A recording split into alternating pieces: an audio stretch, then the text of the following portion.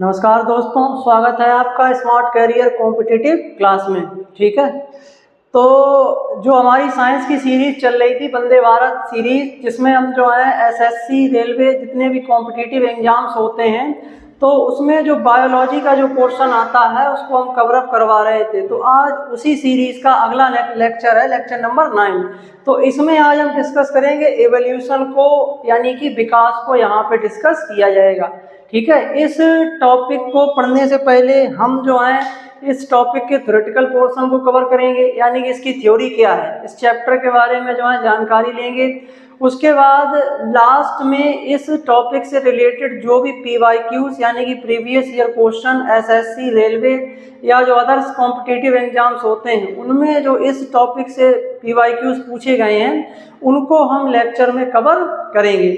तो आइए बिना टाइम वेस्ट किए अपने लेक्चर को स्टार्ट करते हैं। ठीक, जुड़े रहें हमारे साथ।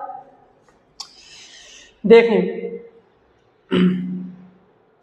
पहला कह रहे हैं कि जैव विकास यानी कि ऑर्गेनिक एवोल्यूशन क्या है।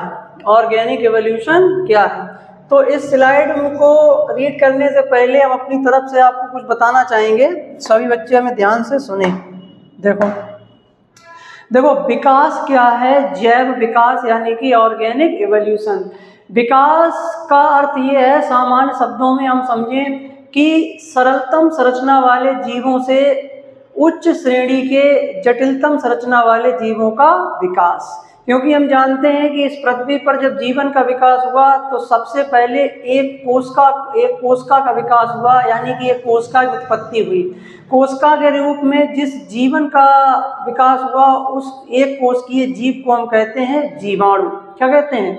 जीवाणु, यानी कि बैक्टीरिया। जीवाणु इस पृथ्वी पर विकसित हुए सर्वप्रथम एक कोशिकीय जीव हैं। हालांकि जीवाणु से पहले सबसे पहले जो है विषाणु बने हैं, वायरस बने हैं, लेकिन वायरस जो होते हैं वो नॉन लिविंग पार्टिकल्स होते हैं, वो सजीवों की श्रेणी में नहीं आते हैं। ठीक है, तो इसीलिए जब हम सजीवों की बात करते हैं तो सजीवों की श्रेणी में सबसे पहले जीवाणुओं का विकास हुआ है, बैक्टीरिया का विकास हुआ है। ठीक है, तो उसी जो है एक कोशिकीय जीवाणु से कैसे जो है जटिलतम संरचना वाले जीवों का विकास हुआ है। पहले प्रोकैरियोटिक कोशिका जीवाणु का विकास हुआ, प्रोकैरियोटिक कोशिका वाले जीवाणु का विकास हुआ। उसके पश्चात प्रोकैरियोटिक कोशिका से कैसे यूकैरियोटिक कोशिकाओं का विकास हुआ, उसकी मतलब स्टेप बाय स्टेप है। फिर कैसे जो है मतलब इन एक कोशिकीय जीवों से मल्टी सेलुलर बहुकोशिकीय जीवों का विकास हुआ, और मल्टी सेलुलर जीवों से फिर कैसे जो है जीवधारियों का विकास होता चला गया। अगर जंतुओं की बात करें तो उसमें मछलियां हैं, रेप्टाइल्स वगैरह हैं। ठीक है, और जो अन्य जो स्थल पर रहने वाले जो जीव जंतु वगैरह हैं तो उनका कैसे विकास हुआ। तो उन्हीं सब चीज़ों का अध्ययन जो है विकास के अंतर्गत इस चैप्टर के अंतर्गत करते हैं। इस चैप्टर में हमारा पूरा प्रयास यही रहेगा कि हम उतनी ही बातें यहाँ पे डिस्कस करें जितना जो है एग्जाम के पॉइंट ऑफ व्यू से इम्पोर्टेंट है। अदरवाइज हम ज़्यादा डिटेल में जाने से, ज़्यादा इधर उधर की बात करने से बचेंगे।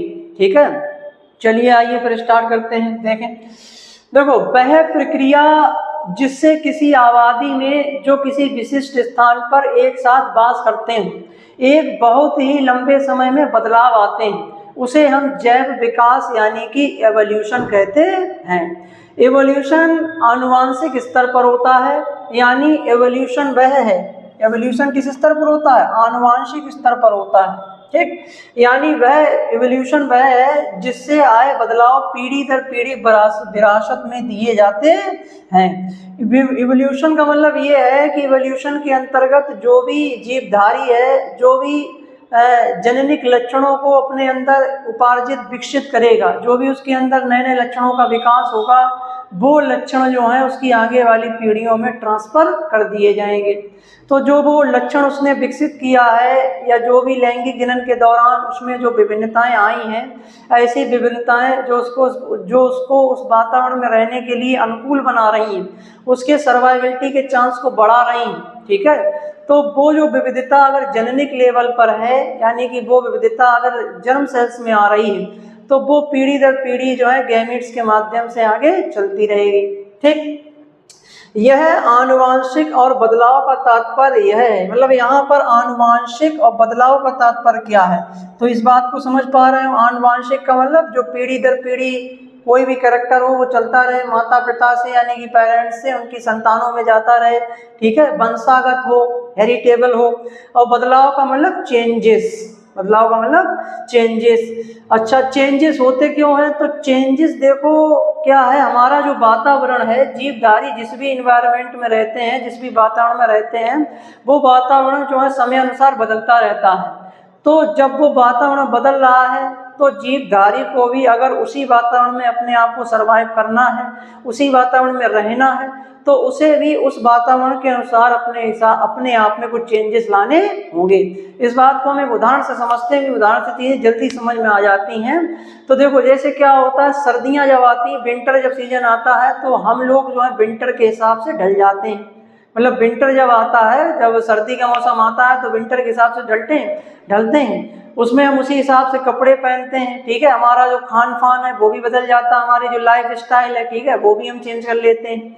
वहीं अगर हम गर्मियों में आ जाएं, समर सीजन में आ जाएं, तो समर में हमारा जो है बिहेवियर, हमारी जो लाइफ स्टाइल है, हमारा खान पान है, हमारे कपड़े हैं, ये सब बदल जाते हैं। तो हम ऐसा क्यों कर रहे हैं?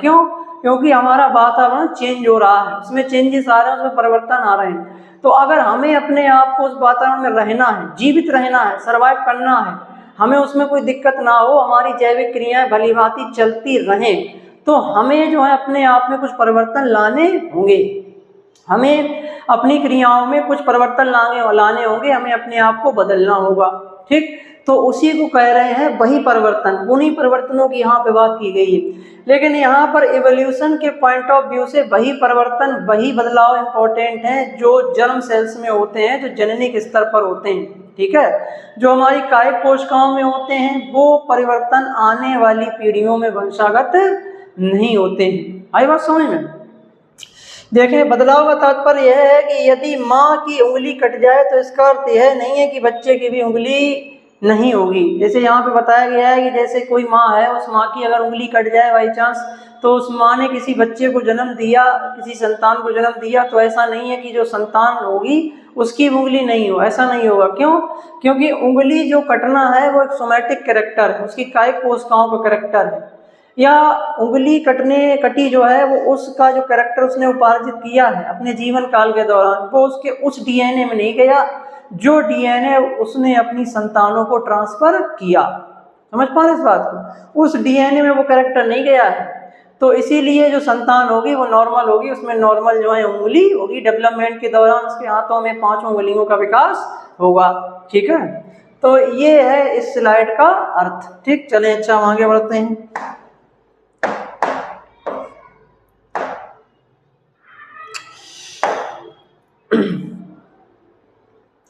आगे देखते हैं विकास। विकास के कुछ यहाँ पे डेफिनेशन दी गई हैं, उन डेफिनेशन को हम यहाँ पर समझते हैं। देखो, एवोल्यूशन कह रहे हैं कि कम विकसित जीवों से अधिक विकसित जीवों में परिवर्तित होने की प्रक्रिया विकास कहलाती है। जैसा कि हमने प्रारंभ में बताया कि एवोल्यूशन वह प्रक्रिया है जिसके अंतर्गत सरलतम संरचना वाले जीवों से जटिलतम संरचना वाले जीवों का विकास होता है। लेकिन यहाँ पर ये परिभाषा तो हम कह रहे हैं, लेकिन ये परिभाषा है वो एक्चुअल में इस पे लागू नहीं होती है। इवोल्यूशन का अर्थ ये कतई नहीं है, ये बिल्कुल नहीं है कि हमें एक सरलतम संरचना वाले जीव से जटिलतम संरचना वाला जीव बनाना है। इवोल्यूशन का ये कोई गोल नहीं है, ये कोई उद्देश्य नहीं है। इवोल्यूशन का अर्थ ये है कि जीवधारी में ऐसे परिवर्तनों को लाना, ऐसे चेंजेस को उनमें लाना, ऐसे परिवर्तनों का विकास करना जिससे वो अपने सराउंडिंग में रह रहे वातावरण के अनुकूल हो जाएं। यानी कि जिस वातावरण में वो रह रहे हैं तो उसमें उनके सर्वाइवलिटी के चांस बढ़ जाएं, वो सर्वाइव कर सकें, उसमें आसानी से अपना जीवन यापन कर सकें। तो ऐसे कैरेक्टर्स को लेके आना है। ऐसे कैरेक्टर्स के लाने के दौरान अगर कुछ कैरेक्टर ऐसे आ जाएं जो पहले की जीवधारी में थोड़े प्रिमिटिव टाइप के थे, सिंपल टाइप के थे, और जो नया कैरेक्टर आया वो थोड़ा एडवांस टाइप का है, जटिल टाइप का है, तो अलग बात है। लेकिन इवोल्यूशन का ये कतई अर्थ नहीं है कि हमें जो है सरलतम संरचना वाले जीवों से जटिलतम संरचना वाले जीव ही बनाने हैं, तो इसका ये कतई अर्थ नहीं है, ठीक है। तो ये हो गया, ठीक। फिर कह रहे हैं कि ये बहुत धीमी गति से होने वाली प्रक्रिया है। इवोल्यूशन जो है वो एक धीमी गति से होने वाली प्रक्रिया है। एवोल्यूशन में आज जो अपनी पृथ्वी पर ये वैरायटी ऑफ स्पीसीज देख रहे हैं, पेड़ पौधों की, जीव जंतुओं की, तो ये तो सब विकास के दौरान बनी है ना। इस पृथ्वी पर जिस जीवन की उत्पत्ति हुई है, आगे हम पढ़ेंगे जीवन की उत्पत्ति के बारे में भी, तो ऐसा थोड़ी ना था कि मतलब अलग अलग ग्रुप बन गए इकट्ठे एक जगह जो है, एक जगह जैसे यहाँ पे एक कोष की जीव बहुकोष की में भी अलग अलग जीवों का विकास हुआ, ऐसा नहीं। इन जीवों का विकास क्रमबद्ध हुआ है, एक सीरीज में हुआ है। समझ पा रहे इस बात को? तो ये जो प्रक्रिया जो चली है, जो क्रमबद्ध विकास हुआ है, ये जो है बहुत लंबे समय में हुई है। ठीक है, जीवन के जो हम आज विभिन्न रूप देख पा रहे हैं, ये इनके बनने की एक प्रोसेस चली है, और उस प्रोसेस को ही हम नाम देते हैं विकास, यानी कि इवोल्यूशन। तो ये बहुत धीमी गति से चलने वाली प्रक्रिया है। इस विकास को होने में लाखों करोड़ों वर्षों का समय लगता है। अब क्वेश्चन यहाँ पे एक ये भी है कि क्या विकास आज भी चल रहा है? तो इसका आंसर है यस, विकास आज भी चल रहा है। जीवधारियों में विकास आज भी चल रहा है। नई नई पेड़ पौधों की जो जातियां हैं वो विकसित हो रही हैं। ठीक है, जीव जंतुओं की जातियां हैं वो विकसित हो रही हैं, क्योंकि पर्यावरण जो वातावरण है वो परिवर्तनशील है, वो कभी स्थिर नहीं होता है। तो जीवधारी को अगर अपने आप को उस वातावरण में रहने के लिए अनुकूलित बनाना है, तो उसे अपने आप में कुछ ऐसे चेंजेस लाने होंगे जो उसकी सर्वाइवलिटी को बढ़ा सकें।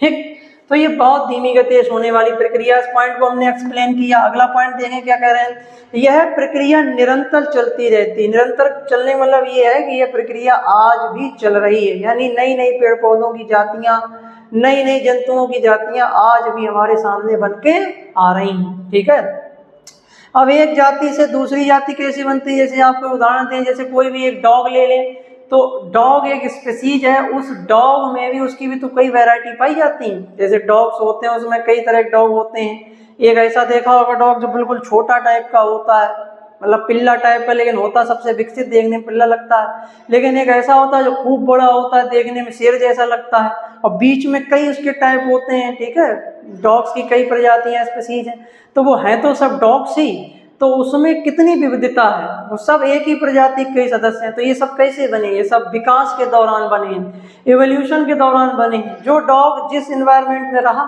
उसने उसी इन्वायरमेंट के अनुसार अपने अंदर वैसे कैरेक्टर डेवलप कर लिए, और फिर जैसे डेवलप करता चला गया वैसे उसकी अलग अलग स्पीसीज बनती चली गई। पेड़ पौधों में बात करें तो सामान्य आलू ले लें, आलू की कई प्रजातियां पाई जाती हैं, तो सब आलू ही, सोलेनम, ट्यूबरोसम, सबका जो है बॉटनिकल नेम एक ही है, लेकिन कोई जो है अलग अलग है। ठीक है, अलग अलग उसकी प्रजातियां हैं। आम की कई प्रजातियां होती हैं, समझ पा रहे होंगे इस बात को। तो ये कैसे बनी? ये सब विकास के दौरान ही बनी, एवोल्यूशन के दौरान बनी, और आज भी नई नई जातियां बन रही हैं। वैज्ञानिक इंड्यूस करके नई नई जातियों का विकास कर रहे हैं, तो वो भी विकास के अंतर्गत आ रहा है। ठीक, तो विकास लगातार चलने वाली एक प्रक्रिया है। चलिए अब हम आगे बढ़ते हैं। अगली देखें, नेक्स्ट स्लाइड इसी के ऊपर है, जैव विकास यानी कि इवोल्यूशन। देखें, जैव विकास निरंतर चलने वाली एक जैविक प्रक्रिया है। जो छोटे जीव होते हैं उनमें विकास की दर ज्यादा होती है, मतलब जो छोटे जो जीवधारी होते हैं जिनमें ज्यादा कॉम्प्लेक्सिटी नहीं है, तो उनमें विकास की दर ज्यादा होती है, जबकि यह दर बड़े जीवों में बहुत धीमी होती है। जो बड़े जीव होते हैं उनमें विकास की दर धीमी होती है। जैव विकास होने में हजारों वर्षों का समय लगता है। जैसा हमने बताया कि इसमें हजारों वर्षों का, लाखों वर्षों का समय लग जाता है, तब कहीं जाके एक जो है नई जीव जाति का विकास होता है। ठीक, अब आज के समय में क्या है? आज के समय में जितना विकास नहीं हो रहा, जितना विकास के द्वारा नई नई स्पीसीज नहीं बन पा रही हैं, उससे ज्यादा नष्ट हो रही हैं। क्यों? जान रहे हैं कि दुनिया भरे का प्रदूषण है, पॉल्यूशन का लेवल काफी हाई हो गया है। मनुष्य के द्वारा जो मानवीय क्रियाकलाप है, जो एंथ्रोपोजेनिक एक्टिविटीज हैं, वो काफी बढ़ गई हैं।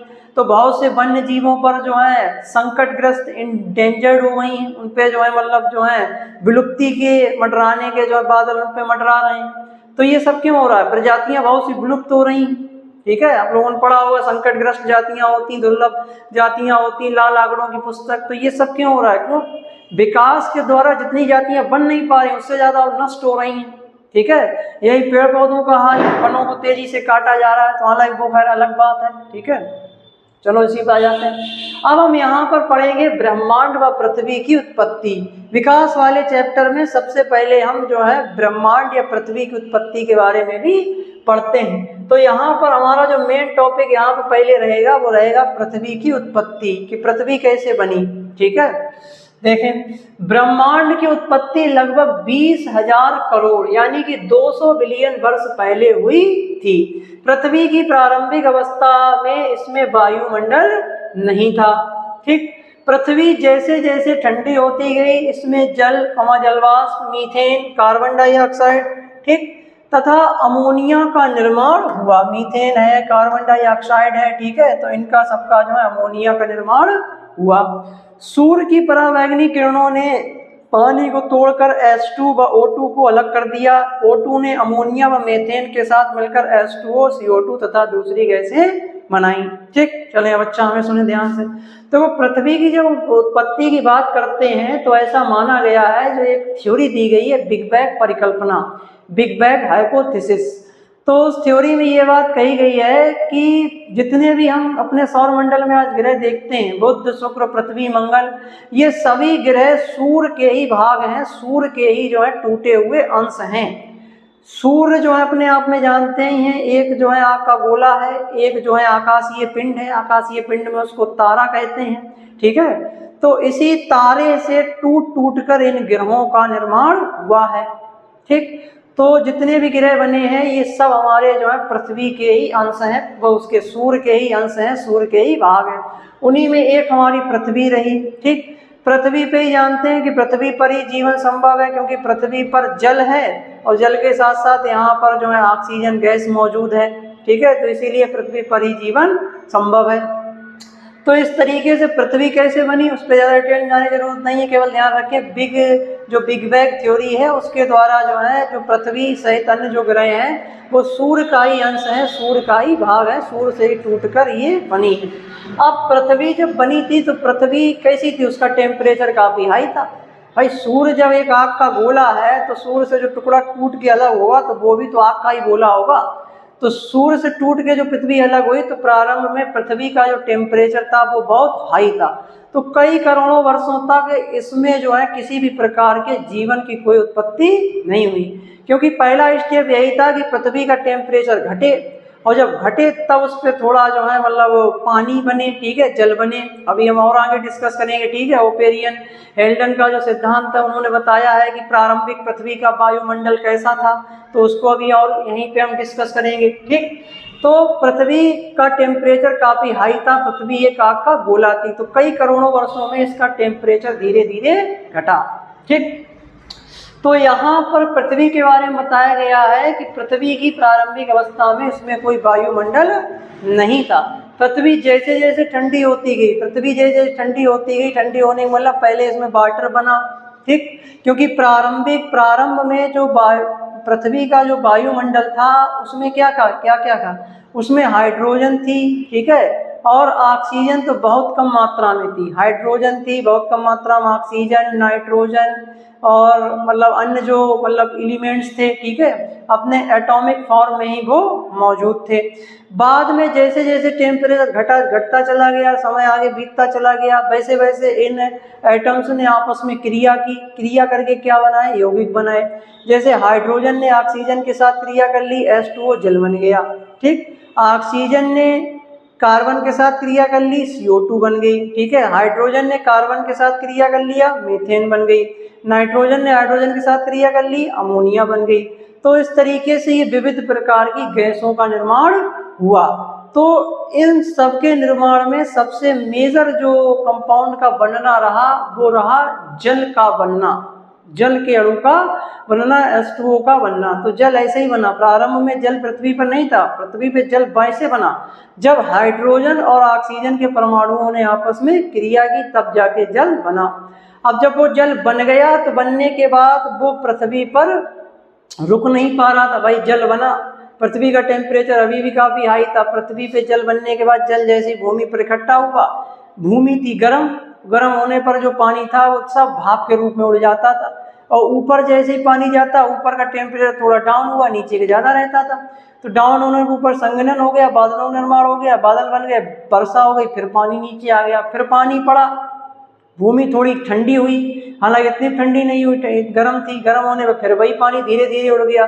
तो ये प्रोसेस कई वर्षों तक चलती रही। ठीक है, यही प्रोसेस, पानी बना, उड़ा, फिर वर्षा, प्रोसेस, ठंडी हो गई जमीन, फिर उड़ा, फिर नीचे आया, फिर ठंडी। तो यही प्रोसेस लगातार कई वर्षों तक चलती रही। इससे क्या हुआ, पृथ्वी का टेम्परेचर घटा। जब पृथ्वी का टेम्परेचर इतना घट गया कि उस पे पानी ठहर सके, पानी रुक सके, तो फिर पानी जो है पृथ्वी पे जो धरातल भाग थे, जो गड्ढे अड्डे थे, उसमें वहाँ पे रुकना प्रारंभ हुआ। समझ पा रहे होंगे इस बात को। ठीक, अब जब पानी वहाँ पे रुका तो उसी पे जो क्या था, यही जो तुम्हारे विविध प्रकार के जो कंपाउंड्स बन रहे थे, ठीक है, ये हमने यहाँ पे ओपेरिन हेल्डन परिकल्पना को थोड़ा यहाँ पे स्टार्ट कर दिया है, तो इसको यहीं पर सुन ले, बाद में इसकी जो थ्योरी लिखी होगी उसको भी हम बता देंगे। ठीक है, तो पानी यहाँ पे जो है वो रुका, जो है पानी रुकने के बाद यही जो कंपाउंड थे, अमोनिया, मीथेन, H2O, H2S, ठीक है, और भी कंपाउंड जो बने थे वो सब यहाँ पे इकट्ठे हुए। होने के बाद उन्होंने आपस में क्रिया की तो तरह तरह के अन्य जो ऑर्गेनिक कंपाउंड थे वो बने, जैसे अमाइनो एसिड्स बने, शुगर बने, फैटी एसिड्स बने, विटामिन्स बन गए, न्यूक्लियोटाइड्स बन गए। तो ये सब वो चीज़ें बन रही थी जो जिनसे मिलके जो है कोशिका बनती है, जिनसे मिलके जीवन बना है। भाई जीवन का मतलब ये कोशिका, जीवन कहाँ है, कोशिका में है। तो ये कोशिका के सब जो घटक होते हैं, जो भी ऑर्गेनिक कंपाउंड्स होते हैं, जो भी उसके घटक होते हैं, वो सब धीरे धीरे बन रहे थे। बनने के बाद सब वहाँ पे एग्रीगेट हो गए। एग्रीगेट होने के बाद उनके चारों तरफ एक लिपिड की बाइलेयर बन गई। बनने के बाद एक कोशिका जैसी संरचना का विकास हुआ, जिसे प्रारंभ में वैज्ञानिकों ने प्रोबायोन्ट का नाम दिया या प्रीबायोटिक सेल्स का नाम दिया। ये वैज्ञानिकों ने नाम दिया। हालांकि इस समय ये सब चल रहा था, कौन था भाई, कोशिका था, बनी तब हम क्या थे, मनुष्य। लेकिन बाद में जब ये सब थोड़ा अध्ययन किया गया, ठीक है, उस पर रिसर्च की गई, तो बाद में उन्होंने ऐसा समझा कि हाँ ऐसा ऐसा हुआ होगा, ऐसी एक कोशिका बनी जिसे वैज्ञानिकों ने प्रोबायोन्ट या प्रीबायोटिक सेल्स का नाम दिया। ठीक, चलिए अच्छा अब आगे बढ़ते हैं। ठीक, तो ये हमारी होगी ब्रह्मांड व पृथ्वी की उत्पत्ति। देखें, कह रहे हैं इसी प्रकार धीरे धीरे पृथ्वी के चारों ओर ओजोन परत तथा अन्य गैसों का निर्माण हुआ। भाई प्रारंभ में जब क्या था, जब ऑक्सीजन जो थी वो कम मात्रा में थी, लेकिन बाद में जब उसमें जो है पेड़ पौधों का विकास हुआ, पेड़ पौधे जब बाद में बने कई आगे समय के बाद, तो उसमें ऑक्सीजन बनने लगी। ऑक्सीजन बनने के बाद ऑक्सीजन के जब मॉलिक्यूल्स थे उनका नंबर बढ़ा, तो बढ़ने पर उन्होंने पृथ्वी के ऊपर समताप मंडल पे जाके ओजोन की एक लेयर बना दी। तो उसी की बात की गई कि पृथ्वी के चारों ओर ओजोन परत व अन्य गैसों का निर्माण हुआ। पृथ्वी के और ठंडा होने पर जलवाष्प ने बरसात का रूप ले लिया, जिससे गहरे जगह को महासागर का रूप दिया गया। मतलब जो गहरी जगहें थी, जहाँ जहाँ पृथ्वी पर बड़े बड़े गड्ढे थे, ठीक है, जहाँ बहुत बड़े गड्ढे थे, तो वहाँ पे ये पानी रुकता था, रुकने पर उन्हीं ने महासागर का रूप ले लिया। यह माना जाता है कि पृथ्वी की उत्पत्ति के लगभग 50 करोड़ साल बाद पृथ्वी पर जीवन की उत्पत्ति हुई। यानी कि पृथ्वी की उत्पत्ति के 50 करोड़ साल बाद, समझ रहे हैं, 50 करोड़ साल बाद इस पे जीवन की उत्पत्ति हुई। ये नहीं कि पृथ्वी की उत्पत्ति हुई तो आने वाले जो है 150 सालों में जो है जीवन बन गया, नहीं, 50 करोड़ साल बाद पृथ्वी पर जीवन की उत्पत्ति हुई। ठीक है, चलिए आगे बढ़ते हैं। अब है यहाँ पर जीवन की उत्पत्ति यानी कि ओरिजिन ऑफ लाइफ। देखें जीवन की उत्पत्ति के संबंध में और क्या सिद्धांत दिए गए हैं। हालांकि इन सभी सिद्धांतों में जो ओपेरिन और हेल्डन का सिद्धांत है वो सर्वाधिक मान्य है, क्योंकि वो एक्सपेरिमेंटली प्रूव किया गया है स्टेनले और मिलर ने अपने प्रयोग में। देखें, पृथ्वी पर जीवन की उत्पत्ति आज से लगभग 400 करोड़ वर्ष पहले प्रारंभ हुई। 400 करोड़ वर्ष पहले पृथ्वी पर जीवन की उत्पत्ति प्रारंभ हुई थी। ठीक है, इस बात को ध्यान रखें। जीवन की उत्पत्ति कैसे हुई, इस पर निम्नलिखित सिद्धांत दिए गए हैं। देखें, पहला सिद्धांत है स्पोर सिद्धांत या पैनसर्निया सिद्धांत। ठीक है, देखो इसमें क्या कहा गया है। कुछ वैज्ञानिकों के अनुसार अनेक ग्रहों से ब्रह्मांड में स्पोर नामक कॉस्मिक कण आए और पृथ्वी पर जीवन की उत्पत्ति हुई। ये स्पोर सिद्धांत है। ये सिद्धांत ये कहता है कि ये जो पृथ्वी पे आज हम जीवन देख रहे हैं, उस जीवन की उत्पत्ति पृथ्वी पर कभी हुई ही नहीं, यानी कि जीवन की उत्पत्ति इस पृथ्वी पर नहीं हुई। इस सिद्धांत के जो मानने वाले हैं, जो वैज्ञानिक हैं जिन्होंने दिया, उनका कहना है कि जीवन की उत्पत्ति किसी अन्य ग्रह पर हुई, वहाँ से जीवन यानी कि कोशिकाएं वगैरह, उनके स्पोर्स वगैरह, ठीक है, वहाँ से उल्का पिंडों के रूप में यहाँ पर आए, यानी कि पृथ्वी पर आकर गिरे, और गिरने पर फिर यहाँ पर उन्होंने विकास के द्वारा अपना विस्तार किया, मतलब उन्हीं सरलतम संरचना वाले जीवों से जटिलतम संरचना का निर्माण हुआ। ये सिद्धांत कहता है स्पोर सिद्धांत, लेकिन ये सिद्धांत पूर्ण रूप से अमान्य है, इसको माना नहीं जाता। लेकिन तत्कालीन उस समय दिया गया था, तब इतना विकास नहीं हो पाया, तब उसको वैज्ञानिक थोड़ा मान भी लेते, लेकिन अब तो इतना विकास हो गया कि अब इसको नहीं मानते हैं। अब देखो यहाँ पे है स्वतः जनन सिद्धांत। कौन सा सिद्धांत है?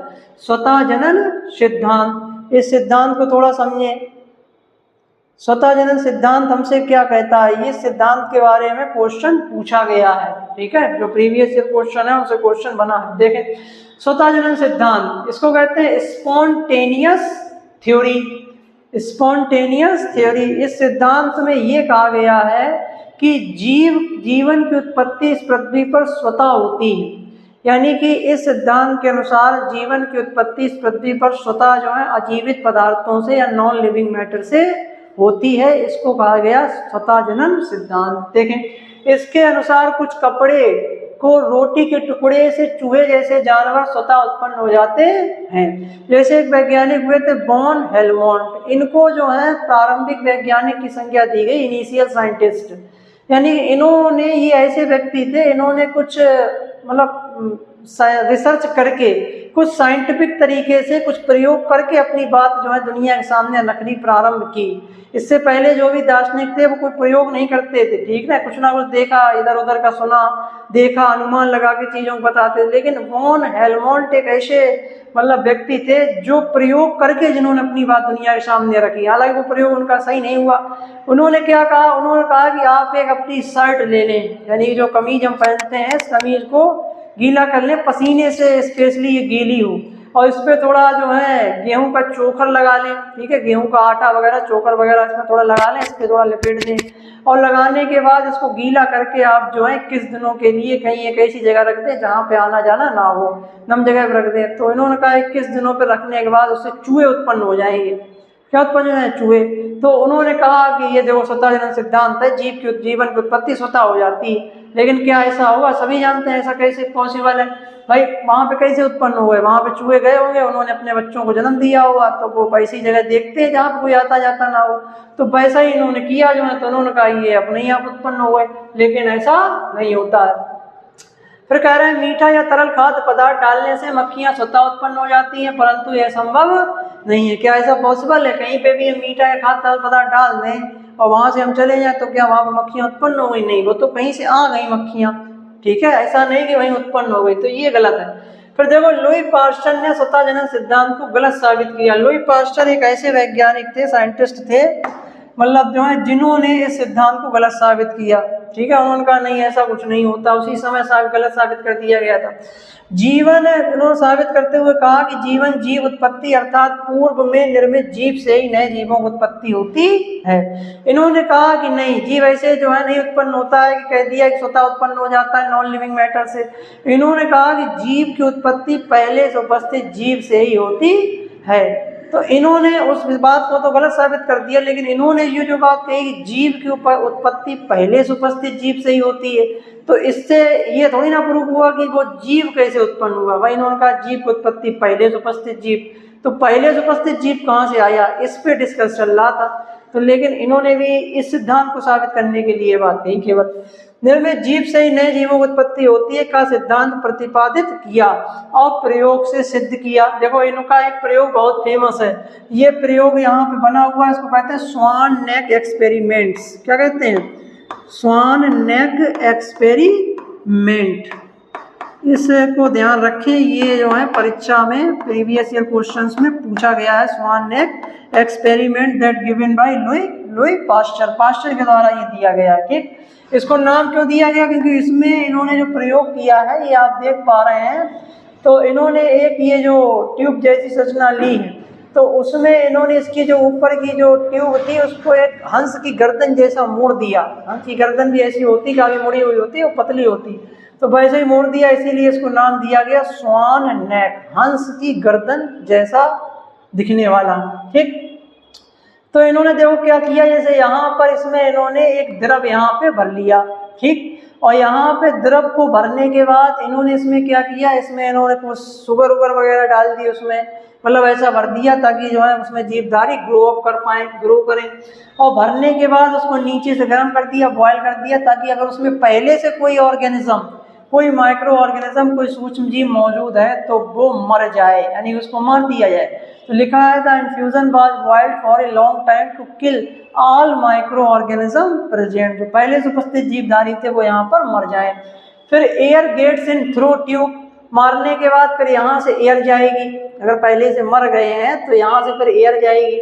अच्छा, एयर जाएंगे तो एयर के थ्रू ही जीवाणु जाएंगे, उनके जो स्पोर होंगे वो जाएंगे। फिर देखें, after several days no microorganism appeared in the infusion, जब इन्होंने कुछ दिनों के बाद उसको देखा तो यहाँ पर उन्हें किसी भी प्रकार के जीवधारी देखने को नहीं मिले। इसका कारण ये था कि जब उन्होंने इसकी गर्दन को सीधा ऐसे करके मोड़ दिया तो यहाँ से एयर गई, और जाने पर यहाँ पे उसके जो डस्ट पार्टिकल्स वगैरह थे, जो माइक्रो ऑर्गेनिज्म थे, वो यहाँ पे सेटल डाउन हो गए, वो यहीं पे रह गए, अंदर नहीं जा पाए। नेक भी काफ़ी इन्होंने लंबी ले रखी थी, ठीक, तो वो ज़्यादा आगे नहीं बढ़ पाए, यहीं पे वो ट्रैप हो गए, तो माइक्रो ऑर्गेनिज्म यहीं रह गए, जिस वजह से यहाँ पर इन्फ्यूजन में इनको कोई माइक्रो ऑर्गेनिज्म देखने को नहीं मिला। ठीक, the flask was tripped to allow the trapped microorganism to enter the infusion, उसके बाद इन्होंने क्या किया, इसकी गर्दन को यहाँ से तोड़ दिया, ऐसे मान के चलें, इसकी गर्दन को यहाँ से तोड़ दिया। अब ये मान के चलें गर्दन इतनी छोटी रह गई। ठीक, यहाँ पे चित्र में थोड़ा अलग तरीके से दिखाया गया है, लेकिन अपने हिसाब से हम समझाए दे रहे हैं कि यहाँ पे जैसे मान चलो गर्दन यहाँ पे उन्होंने तोड़ दी है, यहाँ से ऐसे तोड़ दी, अब ये एकदम सीधी हो गई। अब सीधी होने पर जो एयर होगी वो सीधे इसके अंदर जाएगी, जाने पर वो इसके जो जीवाणु होंगे, स्पोर होंगे, वो सब इसके अंदर जाएंगे, इसमें ग्रो अप करेंगे। ग्रो करने पर जीवधारी आसानी से क्विकली मल्टीप्लाई करेंगे, वो मल्टीप्लीकेशन शो करेंगे। समझ पा रहे होंगे इस बात को भाई, उन्हें पोषक तत्व यहाँ मिल जाएंगे तो आसानी से वो मल्टीप्लीकेशन शो करेंगे। तो ये है स्वान नेक एक्सपेरिमेंट, जो कि लुई पास्चर के द्वारा दिया गया। परीक्षा के पॉइंट ऑफ व्यू से इतना ही ध्यान रखें कि लुई पास्चर ने स्वान नेक एक्सपेरिमेंट करके स्वतः जनन सिद्धांत को गलत साबित किया और बताया कि जीवन की उत्पत्ति पहले से उपस्थित जीवन से ही होती है। ठीक, चलिए अच्छा अब आगे बढ़ते हैं।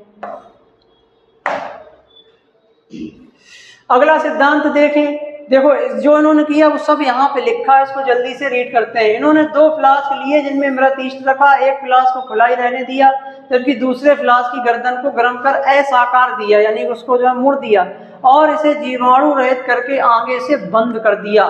ठीक है, इन्होंने जो है रुई का एक कॉटन भी इन्होंने इस्तेमाल में लिया था, उसमें रुई का कॉटन लगा दिया ताकि जो है और जो है जीवाणु अंदर ना जा पाए। उसने अपने प्रयोग में पाया, यानी इन्होंने पाया कि जिस फ्लास्क को खुला छोड़ा था उसमें रखे मृत ईस्ट में नए जीव उत्पन्न हो जाते हैं। जिसमें इन्होंने खुला छोड़ दिया उसमें जो है नए जीव उत्पन्न हो जाते हैं। ठीक है, और जिसमें जो है इन्होंने जो है नेक वगैरह लंबी खींच दी थी और उसमें कॉटन का प्लग लगा दिया था, उसमें नहीं हुए, क्योंकि उसे जीवाणु रहित नहीं किया गया था, जबकि दूसरे फ्लास्क में जीव उत्पन्न नहीं होते हैं। आई बात समझ में? तो इस तरीके से ये इनका प्रयोग रहा। ठीक, अगला हम देखते हैं, अगली जो थ्योरी दी गई है वो है ओपेरिन-हेल्डन थ्योरी। ओपेरिन-हेल्डन थ्योरी क्या कहती है? ये सर्वमान्य थ्योरी है, it is the important theory. ठीक है, ये थ्योरी जो है सर्वमान्य थ्योरी है, इसको स्वीकार किया गया है। इस थ्योरी को देखते हैं। देखो, इस सिद्धांत को रूस के वैज्ञानिक A.I. ओपेरिन, ये वैज्ञानिक है A.I. ओपेरिन, और इंग्लैंड के वैज्ञानिक J.V.S. हेल्डन ने प्रतिपादित किया था। 2 वैज्ञानिक हैं, एक ओपेरिन है और एक हेल्डन है, ऐसे करके नाम इनके ध्यान रखें, ओपेरिन हेल्डन थ्योरी इसको कहते हैं। ठीक, इनके अनुसार महासागर में जीवन का प्रारंभ हुआ। महासागर में जीवन का प्रारंभ हुआ। वे जीवन की उत्पत्ति कहाँ हुई? सर्वप्रथम जल में हुई। जल वो माध्यम था जिसने जीवन की उत्पत्ति के लिए एक मीडियम प्रोवाइड किया, एक बेस दिया, अगर इस पृथ्वी पे जल नहीं बनता तो जीवन भी उत्पन्न नहीं होता। तो सबसे पहले जल बना, उसके बाद इसमें जीवन आया। उस समय पृथ्वी का तापमान ज़्यादा था, लेकिन वायुमंडल में मीथेन, ठीक है, मीथेन, अमोनिया जैसी गैसें कम और ज्वालामुखी ज़्यादा थे। इस समय वातावरण में ना के बराबर, ना मतलब ऑक्सीजन तो जो थी वो लगभग ना के बराबर थी, यहाँ थोड़ा मिसप्रिंट है। इस समय वातावरण में ऑक्सीजन ना के बराबर थी, इसीलिए जीव भी अवायवीय थे, यानी कि जो जीवधारी थे, जो श्वसन करते थे, वो एनारोबिक थे, वो विदाउट ऑक्सीजन यूज करके जो है अपना मतलब ऑर्गेनिक जो कंपाउंड थे उनका जो है डिग्रेडेशन करते थे। ठीक, चलें अच्छा आगे बढ़े। तो ये ओपरेन हेल्डन सिद्धांत हो गया। आगे देखते हैं और भी सिद्धांत की क्या बातें हैं। देखो मिलर का सिद्धांत। अब यहाँ पर जो ओपरेन ने बातें बताई हैं उसको जो है मिलर ने जो है साबित किया है। ओपरेन के सिद्धांत को यहाँ पे थोड़ा इसमें बताया गया है, लेकिन इसके बारे में डिटेल में हमने इस लेक्चर के प्रारंभ में आपको बताया कि कैसे इसमें जो है H2O बना। H2O बनने के बाद टेम्परेचर मतलब तब भी ज़्यादा था, तो बार बार जो है पानी नीचे भूमि पे गिरा, बाष्पन हो गया, फिर उड़ गया, फिर नीचे आ गया। तो इस तरीके से प्रोसेस लगातार चलती रही। पर उसमें ऑर्गेनिक कंपाउंड, छोटे छोटे कंपाउंड, अमोनिया है, मीथेन है, हाइड्रोजन सल्फाइड है, फॉर्मेल्डिहाइड वगैरह है, इन सभी ने आपस में रिएक्शन की। भाई पानी उसमें रुका, तो पानी जब उसमें रुका तो पानी कुछ समय के लिए गर्म रहा होगा।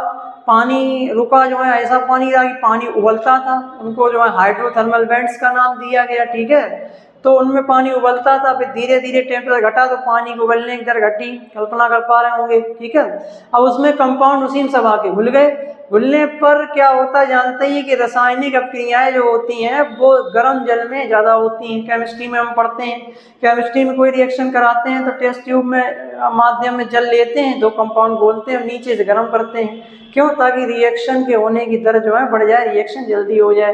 ठीक सेम प्रोसेस वहाँ लगा, तो ये सब कंपाउंड घुले थे, टेम्परेचर ज़्यादा था, कंपाउंड्स ने आपस में क्रिया की, तो जटिल संरचना वाले जो अणुओं का निर्माण हुआ, जैसे अमाइनो एसिड्स हैं, विटामिन हैं, न्यूक्लियोटाइड्स हैं, फैटी एसिड्स हैं, ये बने।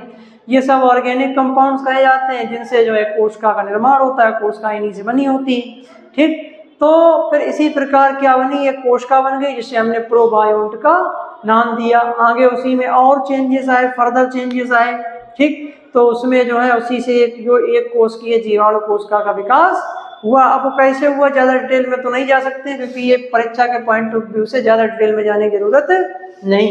ठीक है, अब देखो मिलर का जो सिद्धांत है, मिलर का सिद्धांत जो है ओपरेन हेल्डन के द्वारा दिए गए सिद्धांत को एक्सपेरिमेंटली प्रूव करता है।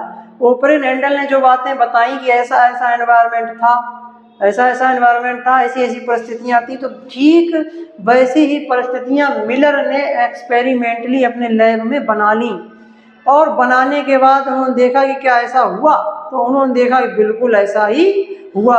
तो इन्होंने ओपरेन ने जो बातें बताई वो सब एक्सपेरिमेंटली ठीक वैसा ही माहौल बना के सिद्ध कर ली गई, इसीलिए इनके सिद्धांत को माना जाता है ओपरेन हेल्डन सिद्धांत को। और जब वो ये एक्सेप्ट कर लिया गया, उसी को एक्सपेरिमेंटली प्रूव कर लिया गया, तो फिर किसी और दूसरे सिद्धांत के देने की आवश्यकता ही नहीं रही और ना फिर कोई दिया गया। ठीक, देखते हैं मिलर का सिद्धांत। इस सिद्धांत को S.L. मिलर ने 1953 ईस्वी में अपने प्रयोगों द्वारा सिद्ध किया। इन्होंने एक फ्लास्क में मीथेन ली, ठीक है, अमोनिया व हाइड्रोजन को रखा, यानी कि क्या क्या लिया, मीथेन लिया, मीथेन, अमोनिया ली, ठीक, और हाइड्रोजन लिया। इसके अलावा इन्हें H2O वाटर भी लिया। क्या नहीं लिया, ये बात ध्यान रखना, ऑक्सीजन इन्होंने नहीं लिया था। ठीक है, क्योंकि उस समय का एनवायरनमेंट कैसा था, रिड्यूसिंग था।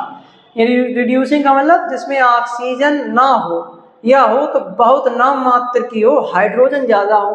तो उस समय के एनवायरनमेंट में क्या था, हाइड्रोजन बहुत ज़्यादा थी, ऑक्सीजन बहुत कम थी। ऑक्सीजन थी, ऐसा बात नहीं कि ऑक्सीजन नहीं थी, ऑक्सीजन बहुत कम थी। तो इनका नंबर ज़्यादा था, इसीलिए वहाँ का एनवायरनमेंट रिड्यूसिंग था। ठीक है, अपचायक नेचर का था। तो ये सब चीज़ें इन्होंने अपने प्रयोग में प्रयोग की। इन सब चीज़ों को ध्यान रखें, ये प्रीवियस ईयर क्वेश्चन में पूछी गई है बात। ठीक है, इनको आप दिमाग में अपने एक जगह सेट कर लें, मीथेन, अमोनिया, हाइड्रोजन और H2O। ठीक, तो इनको सब में लिया, उबलते हुए पानी के भाप के साथ 800 डिग्री सेल्सियस पर गर्म किया। देखो टेम्परेचर कितना हाई रखा है, क्योंकि उस समय टेम्परेचर कैसा था, हाई था। ठीक है। 2 टंगस्टन के इलेक्ट्रोड से स्पार्किंग कराया, इलेक्ट्रोड को उन्होंने ऊर्जा के स्रोत के रूप में लिया, जो इलेक्ट्रोड लिए उन्होंने उसको ऊर्जा के स्रोत के रूप में लिए, ठीक है। वो टेम्परेचर प्रोवाइड कर रहे थे, 800 डिग्री सेल्सियस मेंटेन कर रहे थे। और ये यहाँ पर इनका पूरा जो है एक्सपेरिमेंटली जो भी किया, ये उसका डायग्राम यहाँ पे दे रखा है, इसको समझ लें। देखो यहाँ पर इन्होंने ये पूरा कंटेनर लिया, इसमें इन्होंने H2O भरा, इसी में ये सब चीजें इसमें लाके घोलने पर इन्होंने यहाँ पर क्या किया, इलेक्ट्रोड लगाया। ये देखो यहाँ पे इलेक्ट्रोड लगा हुआ है, इलेक्ट्रोड लगाया, पॉजिटिव नेगेटिव दोनों में स्पार्किंग हुई, इससे करंट उत्पन्न हुआ, ठीक। उस करंट के उत्पन्न होने से यहीं पे ये देखो मीथेन है, ठीक है, ये अमोनिया है, ये हाइड्रोजन है, और जल तो है इसमें, ये जल ले रखा है, तो 4 चीजें ली। तो ये मीथेन, अमोनिया, हाइड्रोजन बनने पर यहाँ पर धीरे धीरे गुजारा गया, यहाँ पर ये लगाया गया कंडेंसर। कंडेंसर का मतलब ये होता है यहाँ पे थोड़ा जो कोल्ड वाटर यहाँ से प्रोवाइड किया गया, तो यहाँ पे टेम्परेचर हाई है, यहाँ से कोल्ड वाटर दे रहे हैं, तो जब कोई गर्म चीज ठंडे की तरफ बढ़ेगी तो उसका कंडेंसेशन हो जाएगा, संघनन हो जाएगा। जैसे पानी है, पानी अगर ऊपर जाए, ऊपर की तरफ अगर मूव करे, तो ऊपर जाने पे क्या होगा, पानी जो है ठंडा हो जाएगा। समझ पा रहे हैं बात को। जैसे बोतल होती है, गर्मियों के दिनों में देखेंगे कोल्ड ड्रिंक वगैरह पीते हैं, तो बोतल के बाहर जो है उसमें उसके पूरे दीवार पर छोटी छोटी बूंदें जम जाती हैं, बन जाती हैं।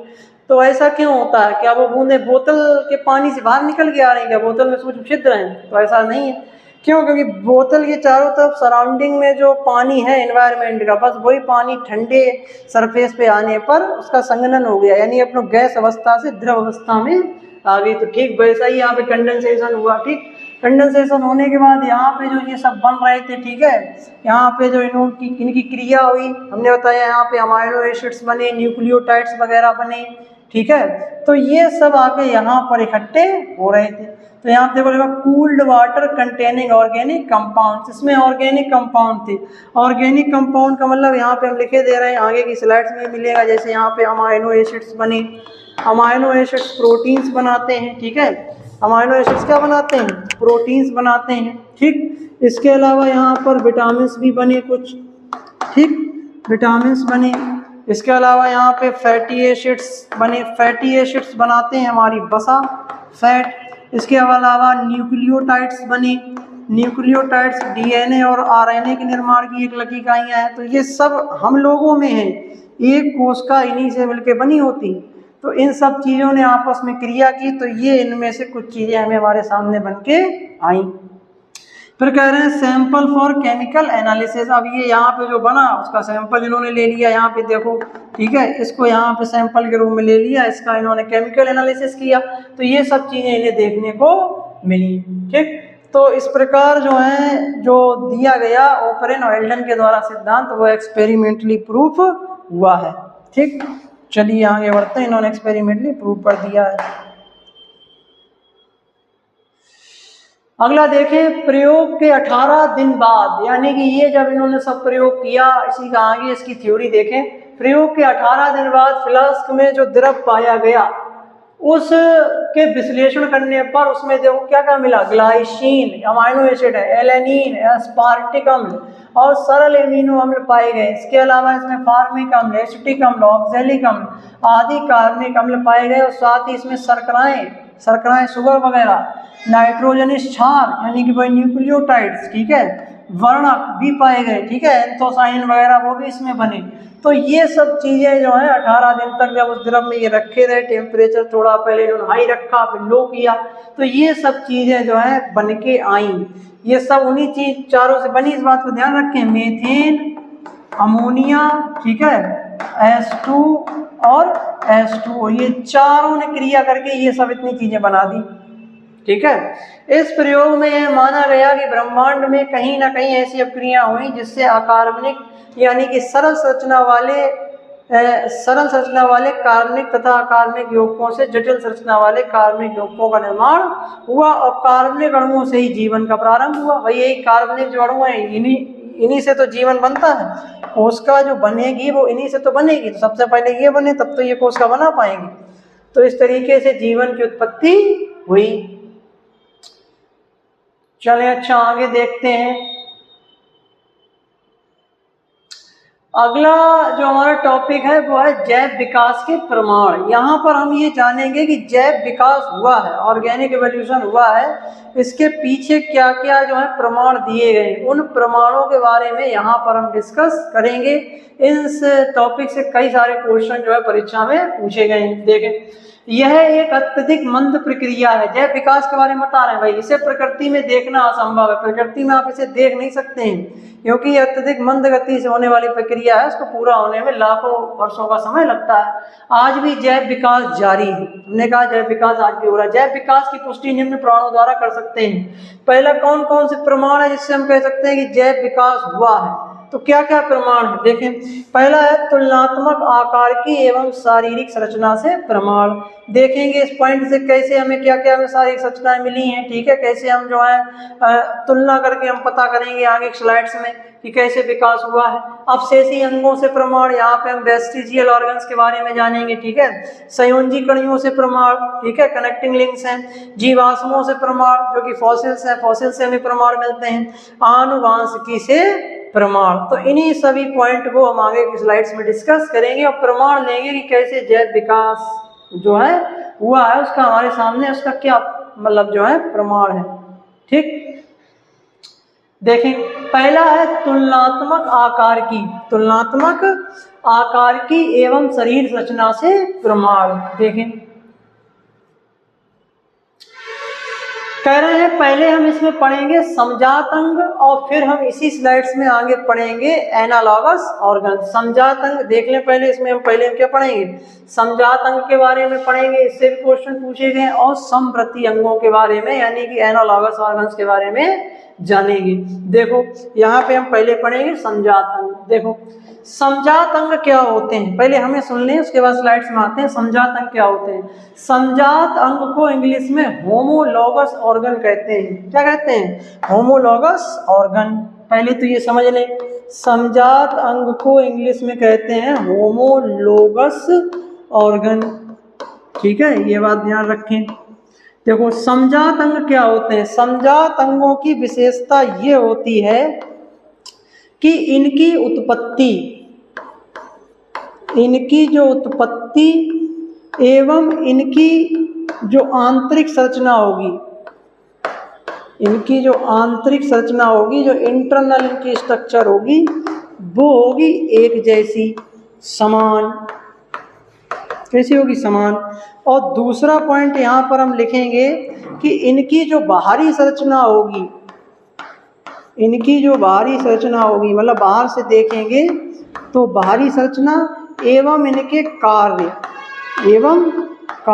ये इनके होंगे अलग। इस बात को ध्यान से समझ लें, ठीक है, क्योंकि बच्चे कंफ्यूजन में चले जाएंगे। समझात और समृद्धि हैं यहाँ समझा देते हैं, बाद में फिर वो कंफ्यूजन में रहते हैं कि हम तो आपस में मिक्स हो गए कि कौन सी परिभाषा समझात के लिए लगाए, कौन सी समृद्धि के लिए लगाए। तो उसको ऐसा समझा देंगे कभी भूलेंगे ही नहीं। देखो तो होमोलॉगस ऑर्गन वे ऑर्गन है जिनकी उत्पत्ति एवं उनकी आंतरिक संरचना एक जैसी हो, ठीक है, लेकिन उनकी बाहरी संरचना यानी कि बाहर से उनकी जो मॉर्फोलॉजी होगी और उनके जो कार्य होंगे वो अलग अलग होंगे। तो ऐसे जो ऑर्गन कहलाते हैं वो समजात अंग कहलाते हैं, ठीक। देखो ऐसे अंग जिनकी मूल संरचना व उद्भव समान होता है। मूल संरचना का मतलब आंतरिक जो संरचना है, जो इनकी इंटरनल स्ट्रक्चर है, जो इनकी एनाटॉमी है, और जो इनका जो उद्भव है यानी कि जो उत्पत्ति है, जो ओरिजिन है, वो समान होती हैं, ठीक है, लेकिन वह भिन्न भिन्न कार्यों हेतु अनुकूलित होते हैं। लेकिन अलग अलग कार्यों के लिए वो अनुकूलित होते हैं, अलग अलग कार्य करते हैं,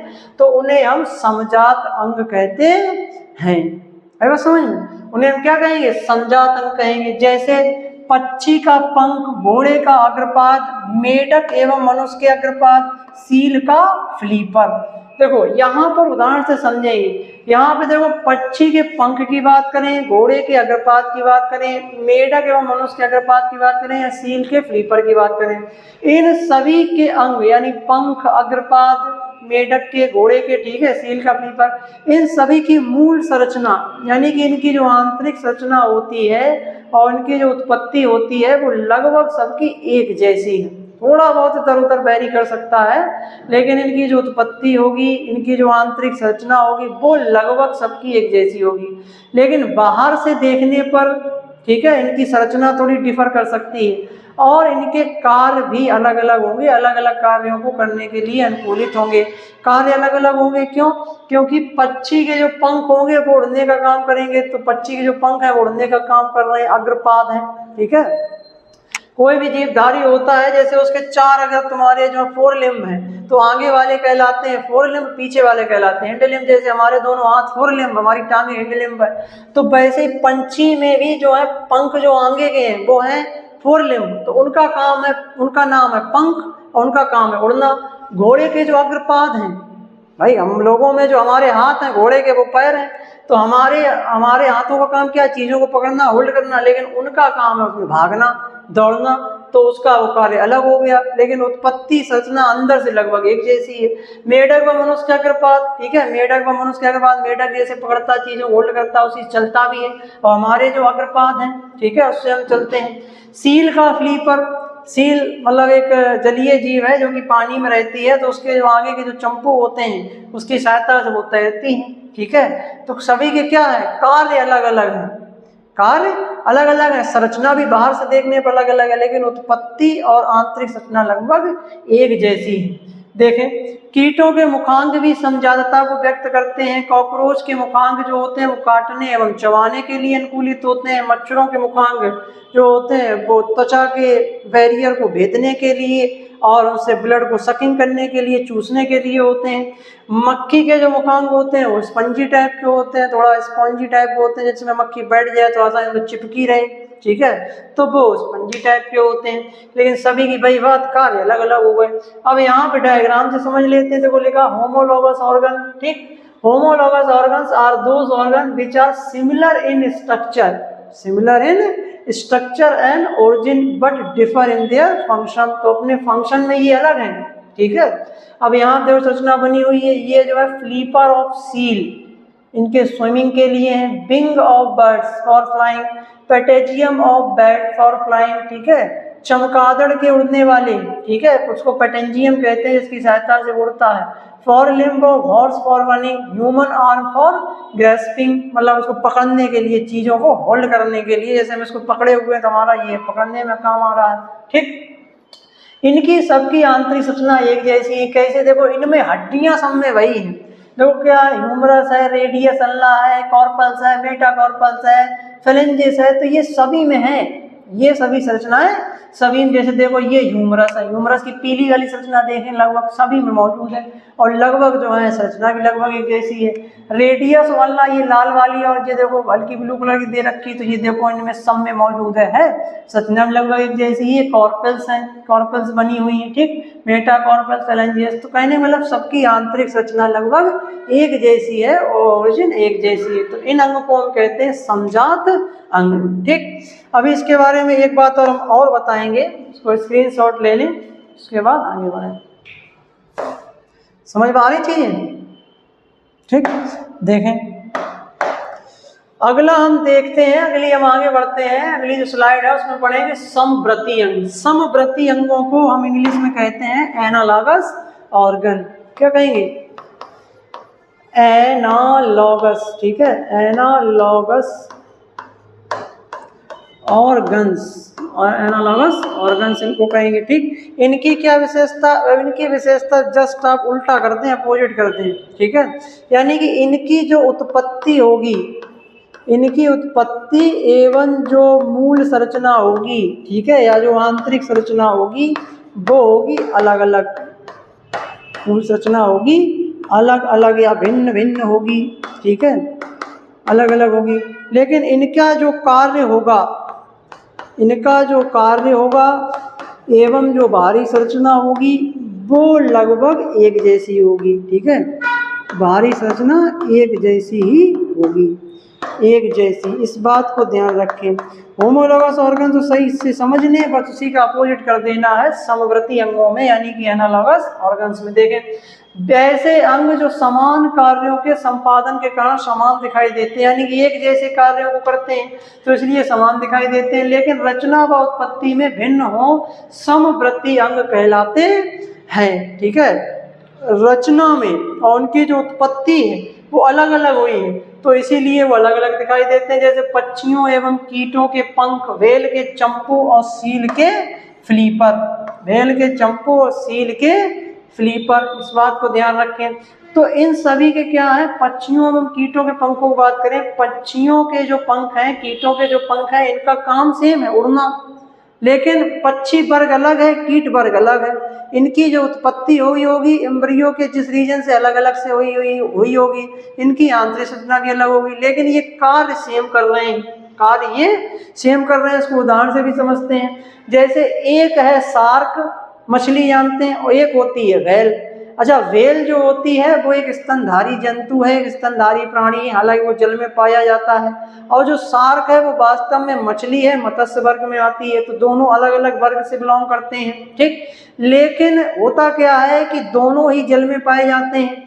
तो जल में रहने के लिए, जल में तैरने के लिए, जल के हैबिटेट में अनुकूलित होने के लिए दोनों में फ्लीपर्स पाए जाते हैं।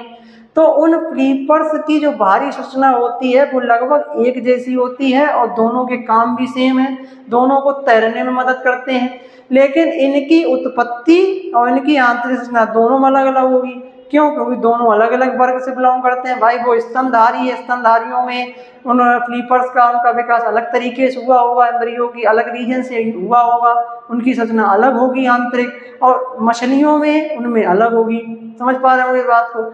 इसी प्रकार बाहर से भी देखें, जैसे मछलियों का जो शरीर होता है वो स्ट्रीमलाइंड बॉडी होती है, उसमें थोड़ा चपटा टाइप का होता है, इलॉन्गेटेड होता है। तो व्हेल में भी लगभग यही होता है, लेकिन व्हेल एक स्तनधारी प्राणी है, बड़ा प्राणी है, तो उसमें मतलब उतना जो है स्ट्रीमलाइन बॉडी देखने को नहीं मिलती। हैवी प्राणी है, काफ़ी उसमें फैट होता है, तो इस वजह से उसमें इतना देखने को नहीं मिलता, लेकिन उसकी बॉडी भी स्ट्रीमलाइंड होती है मछलियों की तरह। ठीक है, समझ पा रहे होंगे इस बात को। अब आ जाते हैं एनालॉगस ऑर्गन्स पर।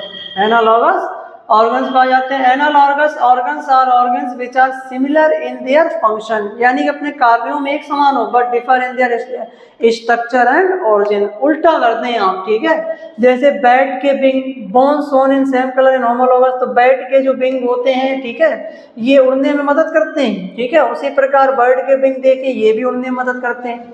भाई चमगादड़ और पक्षियों के उड़ने वाले पंखों की तुलना करो, तो तुलना करो, दोनों का काम तो सेम ही है, उड़ना काम है कि नहीं है। लेकिन जो चमगादड़ है वो एक स्तनधारी प्राणी, उड़ता जरूर है चमगादड़, लेकिन वो एक स्तनधारी प्राणी है, वो बच्चों को जन्म देता है, उसमें डायरेक्ट जो है वो बीवी पैरस है हम लोगों की तरह। चमगादड़ में डायरेक्ट बच्चे जन्म देती हैं मादाएं, ठीक है। और वर्ड्स जो है वो ओवी पैरस होते हैं, उनमें जो अंडे दिए जाते हैं। तो वो अलग वर्ग है, वो अलग वर्ग है, तो उनकी संरचना, पंख जो है वो अलग तरीके से बने हैं, उनकी ओरिजिन, उनकी इंटरनल स्ट्रक्चर अलग है, लेकिन इनकी जो है मतलब जो है अलग होगी। भाई चमगादड़ के अलग टाइप के होंगे, स्तनधारी प्राणी है, ठीक। इंसेक्ट भी, इनके भी जो है उड़ने का काम करते हैं। तो तीनों में मतलब चमगादड़ में, पक्षियों में और कीटों में इनके पंखों का काम सेम है, उड़ना, लेकिन इनकी उत्पत्ति और आंतरिक संरचना अलग अलग है। इस बात को ध्यान रखें। तो एक ये भी उदाहरण हो गया, एक हमने जो है शार्क वाला और व्हेल मछली वाला बता दिया, ठीक। चलें, अच्छा अब आगे बढ़ते हैं। अच्छा, इसमें एक चीज हम और बताना चाहेंगे, ठीक है, वो भी क्वेश्चन में पूछा जाता है। इस बात को आप समझ नहीं, देखो जो होमोलॉगस ऑर्गन होते हैं उनका विकास होता है डाइवर्जेंट एवोल्यूशन के फलस्वरूप। जैसे ये समझे, जैसे हमने यहाँ पे एक ले ली स्पीसीज ए ले ली, ठीक। अब ये हमारे सामने एक स्पीसीज ये है, ए है। अब ये स्पीसीज दो अलग अलग डायरेक्शन में चली गई, ये स्पीसीज दो अलग अलग डायरेक्शन में चली गई। मतलब ये स्पीसीज ए थी, इसका एक पॉपुलेशन है, मान के चलें कि इसमें जो है लगभग 20 मेंबर हैं, ठीक है, जिसमें कुछ मेल भी है कुछ फीमेल भी है। तो इसमें मान के चलें कि 10 मेंबर यहाँ आ गए इस एरिया में और 10 मेंबर यहाँ पे आ गए। टोटल कितने थे? 20 थे। समझते रहे ना बात को, टोटल कितने थे? 20। तो 10 यहाँ आ गए, 10 यहाँ आ गए। अब 10 आने पर ये जिस एनवायरनमेंट में गए वो एनवायरनमेंट इनके लिए अलग, ये इस एनवायरनमेंट में गए वो एनवायरनमेंट इनके लिए अलग। तो इन्हें अगर इस एनवायरनमेंट में रहना है, जीवित रहना है, सर्वाइव करना है, तो इन्हें अपने आप में उस एनवायरनमेंट के अनुसार ढालना होगा, कुछ संरचनाओं को विकसित करना होगा। समझ पा रहे हैं? तो वही ये करेंगे, तो ये जो है अपनी कुछ संरचनाएं विकसित करेंगे, अपने आप को ढालेंगे, ठीक है। अच्छा, आप जैसे मान के चलें उसमें कोई ऑर्गन बन गया, इनमें कोई ऑर्गन बन गया, लेकिन उस ऑर्गन की जो उत्पत्ति होगी उस ऑर्गन की जो उत्पत्ति होगी, आंतरिक संरचना होगी, वो तो सेम ही होगी। लेकिन यहाँ पे चले गए तो ये बाहर से देखने में बदल गए, इन्वायरमेंट का प्रभाव पड़ा और कार्य भी बदल गया। तो इसलिए इस प्रकार के इवोल्यूशन को डाइवर्जेंट इवोल्यूशन कहते हैं। ठीक है, ये थोड़ा डीप लेवल की बात है। ठीक है, तो इसको यहाँ पे ज़्यादा पूछा नहीं जाता, तो अपने इस तरह से हम बता दे रहे हैं। इसको कहते हैं डाइवर्जेंट इवोल्यूशन, डाइवर्ज कर जाना। ठीक है, जैसे एक ये शाखा गई तो दो जगहों में, दो हिस्सों में बढ़ गए, ये अलग एनवायरनमेंट में चले गए, ये अलग एनवायरनमेंट चले गए, उसी के अनुसार ये ढल गए और यहाँ पे बने रहेंगे कई मतलब जो है वर्षों तक, वापस ना आए। तब तो ये होगा नहीं, ये नहीं 10 दिन के लिए गए फिर वापस आ गए, फिर विकास नहीं होगा। यहीं सेपरेट हो जाए सदा सदा के लिए और वहीं बने रहे तो वैसा विकास हो जाएगा। तो ये ध्यान ये पूछा जाता है कि समजात अंगों का विकास किस प्रकार के एवोल्यूशन के फलस्वरूप होता है। तो इसका आंसर ध्यान रखें, इसको कहते हैं डाइवर्जेंट एवोल्यूशन, हिंदी में इसको कहते हैं अभिसारी विकास। ठीक, एक अभी वो बताएंगे कन्वर्जेंट एवोल्यूशन। कन्वर्जेंट एवोल्यूशन को अपसारी विकास कहते हैं और उस प्रकार के विकास के फलस्वरूप कौन से अंग बनते हैं, समवर्ती अंग बनते हैं। ठीक, तो ये ध्यान रखें, डाइवर्जेंट एवोल्यूशन से होमोलॉगस ऑर्गन बनते हैं। ये ट्रिक बना लें, DH, D for divergent, H for homologous organ. ठीक, अब आ जाते हैं कन्वर्जेंट एवोल्यूशन के ऊपर। चलो कन्वर्जेंट बता देते हैं, इसको हटा देते हैं यहाँ से। ठीक, कन्वर्जेंट में जैसे क्या हो, कन्वर्जेंट का उल्टा कर दो, जैसे यहाँ पर एक स्पीसीज ए है और यहाँ पे कोई स्पीसीज ए है। ठीक, और दोनों स्पीसीज यहाँ पर आ जाएंगे। ठीक, एक ही इन्वायरमेंट में, ये अलग स्पीसीज है, ये अलग स्पीसीज है और एक ही किसी इन्वायरमेंट में आके रहने लगे।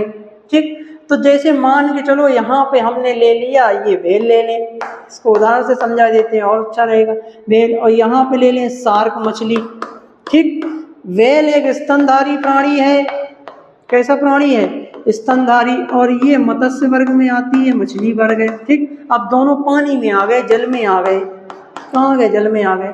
जल में आने पर क्या होगा, इनके जो आगे वाले जो फोर लिम्ब होंगे, दोनों का काम क्या होगा, तैरने में इनको मदद करना, तैरने में इनको मदद करना। तो बाहर से जो इनके फ्लीपर्स होंगे, जो आगे वाले जो फोर लिम्ब होंगे, वो दिखने में लगभग एक जैसे हो जाएंगे, चौड़े हो जाएंगे, थोड़े जो है फ्लैट टाइप के हो जाएंगे, ताकि वो फैला सकें हाथ से, यानी से पानी को जो है पीछे धकेल सकें, तो वो तैरने में मदद करेंगे। तो दिखने में बाहर से एक जैसे लगने लगेंगे, कार्य एक जैसा हो जाएगा।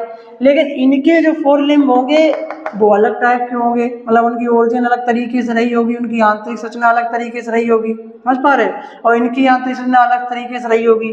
तो ऐसे इस तरह से जो ऑर्गन बनते हैं उनको हम क्या कहते हैं, एनालॉगस ऑर्गन कहते हैं। और इस प्रकार का जो इवोल्यूशन कहलाता है वो कहलाता है convergent, convergent type of evolution, अपसारी विकास इसको कहते हैं। ठीक, तो इसको हम ऐसे ध्यान रखते हैं, जैसे उसको हमने बताया था DH, इसको ध्यान रखेंगे CA। तो ये आप ऐसे ध्यान रख सकते हैं, ज़्यादा इस पर डिटेल में जाने की जरूरत नहीं है। बात बाकी जो इसके पीछे क्या रीजन था पूरा डिटेल में हमने बता दिया है। ठीक, D for divergent, H for homologous, C for convergent, A for analogous.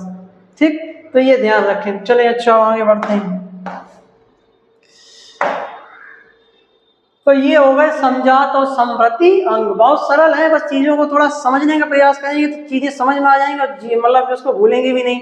Trick हमने बता दिया है। ठीक, दो कार्य एक जैसे होंगे, एक बार फिर जैसे समजात अंग जो होंगे उनकी उत्पत्ति और उनकी आंतरिक संरचना ध्यान रखें एक जैसी, और दो भिन्न कर दें, मतलब उनके कार्य और उनकी बाहर की संरचना ये अलग अलग हो जाएंगी। ठीक, और जस्ट अपोजिट एनालॉगस में कर दें। अब आ जाओ अपशेषी अंगों से प्रमाण, अपशेषी अंगों से प्रमाण। अब हम देखते हैं कि अपशेषी अंगों से क्या प्रमाण हमको मिलता है। देखिए, शरीर में पाए जाने वाले कार्यविहीन अंगों को अपशेषी अंग कहा जाता है। हमारे शरीर में क्या होता है, कुछ ऐसे अंग पाए जाते हैं जो अपशेषी टाइप के होते हैं। अपशेषी के नाम से ही पता चल रहा है, अवशेष मतलब बचा हुआ। पहले समय में वो खूब विकसित रहे, खूब अच्छे ठीक ठाक रहे, लेकिन अब उनके कुछ अवशेष रह गए हैं। होता क्या है कि अपशेषी अंग कहते कि नहीं, कि मनुष्य में उपस्थित ऐसे अंग जो धीरे धीरे मतलब जो है नष्ट हो रहे हैं, धीरे धीरे अपहासित हो रहे हैं, और वो कुछ अवशेषों के रूप में ही रह गए हैं। लेकिन ये अंग कभी हमारे पूर्वजों में विकसित थे, पूर्ण रूप से विकसित थे और भली भांति विकसित थे और अपना एक विशिष्ट कार्य करते थे। लेकिन अब समय के साथ साथ अनुकूलित हो गए, अब हम वैसा कार्य नहीं कर रहे जैसा हमारे पूर्वज किया करते थे। तो कहने मतलब जब वो कार्य हम कर नहीं रहे तो एडेप्टेशन जो है जीवधारियों का एक प्रमुख गुण है। तो समय के साथ वो अंग जो थे वो धीरे धीरे आपाशित होते चले गए, नष्ट होते चले गए, पीढ़ी दर पीढ़ी जो है वो नष्ट मतलब जो है कम विकसित होते चले गए। तो उन्हीं अंगों को अवशेषी अंगों के नाम से जाना जाता है। इंग्लिश में इनको वेस्टिजियल ऑर्गन्स के नाम से जानते हैं। ठीक है, जैसे जानते हैं मनुष्य में निक्टेटिंग मेम्ब्रेन होती है, अभी आगे बताएंगे हम। ठीक है, हमारी जो आंख होती है इसमें निक्टेटिंग मेम्ब्रेन पाई जाती है। निमेशक पटल, ये पहले हमारे जो पूर्वज थे उनमें भली भांति विकसित हुआ करती थी। ठीक है, हमारे त्वचा पे बालों का होना, हमारे जो पूर्वज होते थे उनमें खूब बड़े बड़े मतलब बाल होते थे। आज भी जो हमारे दादी बाबा होते हैं देखे होंगे कुछ लोगों के खूब बड़े बड़े बाल होते हैं, ऐसे हो जाते हैं। तो उनमें वो कैरेक्टर जो है बाई चांस खूब अच्छे से विकसित हो गया, लेकिन ज़्यादातर में वो धीरे धीरे विलोपन के कगार पर है। ठीक, इसी प्रकार अक्लडान विजडम टीथ जो हमारे अंदर पाई जाती है, तो वो अक्लडान पहले हमारे पूर्वजों में काफी विकसित रही, लेकिन अब वो विलोपन के कगार पर है। ठीक, तो इस तरीके के कई सारे उदाहरण हमारे सामने मौजूद हैं। ठीक, देखते हैं। तो शरीर में पाए जाने वाले कार्यविहीन अंगों को अवशेषी अंग कहते हैं। अवशेषी अंग हमारे पूर्वजों में कार्यशील थे।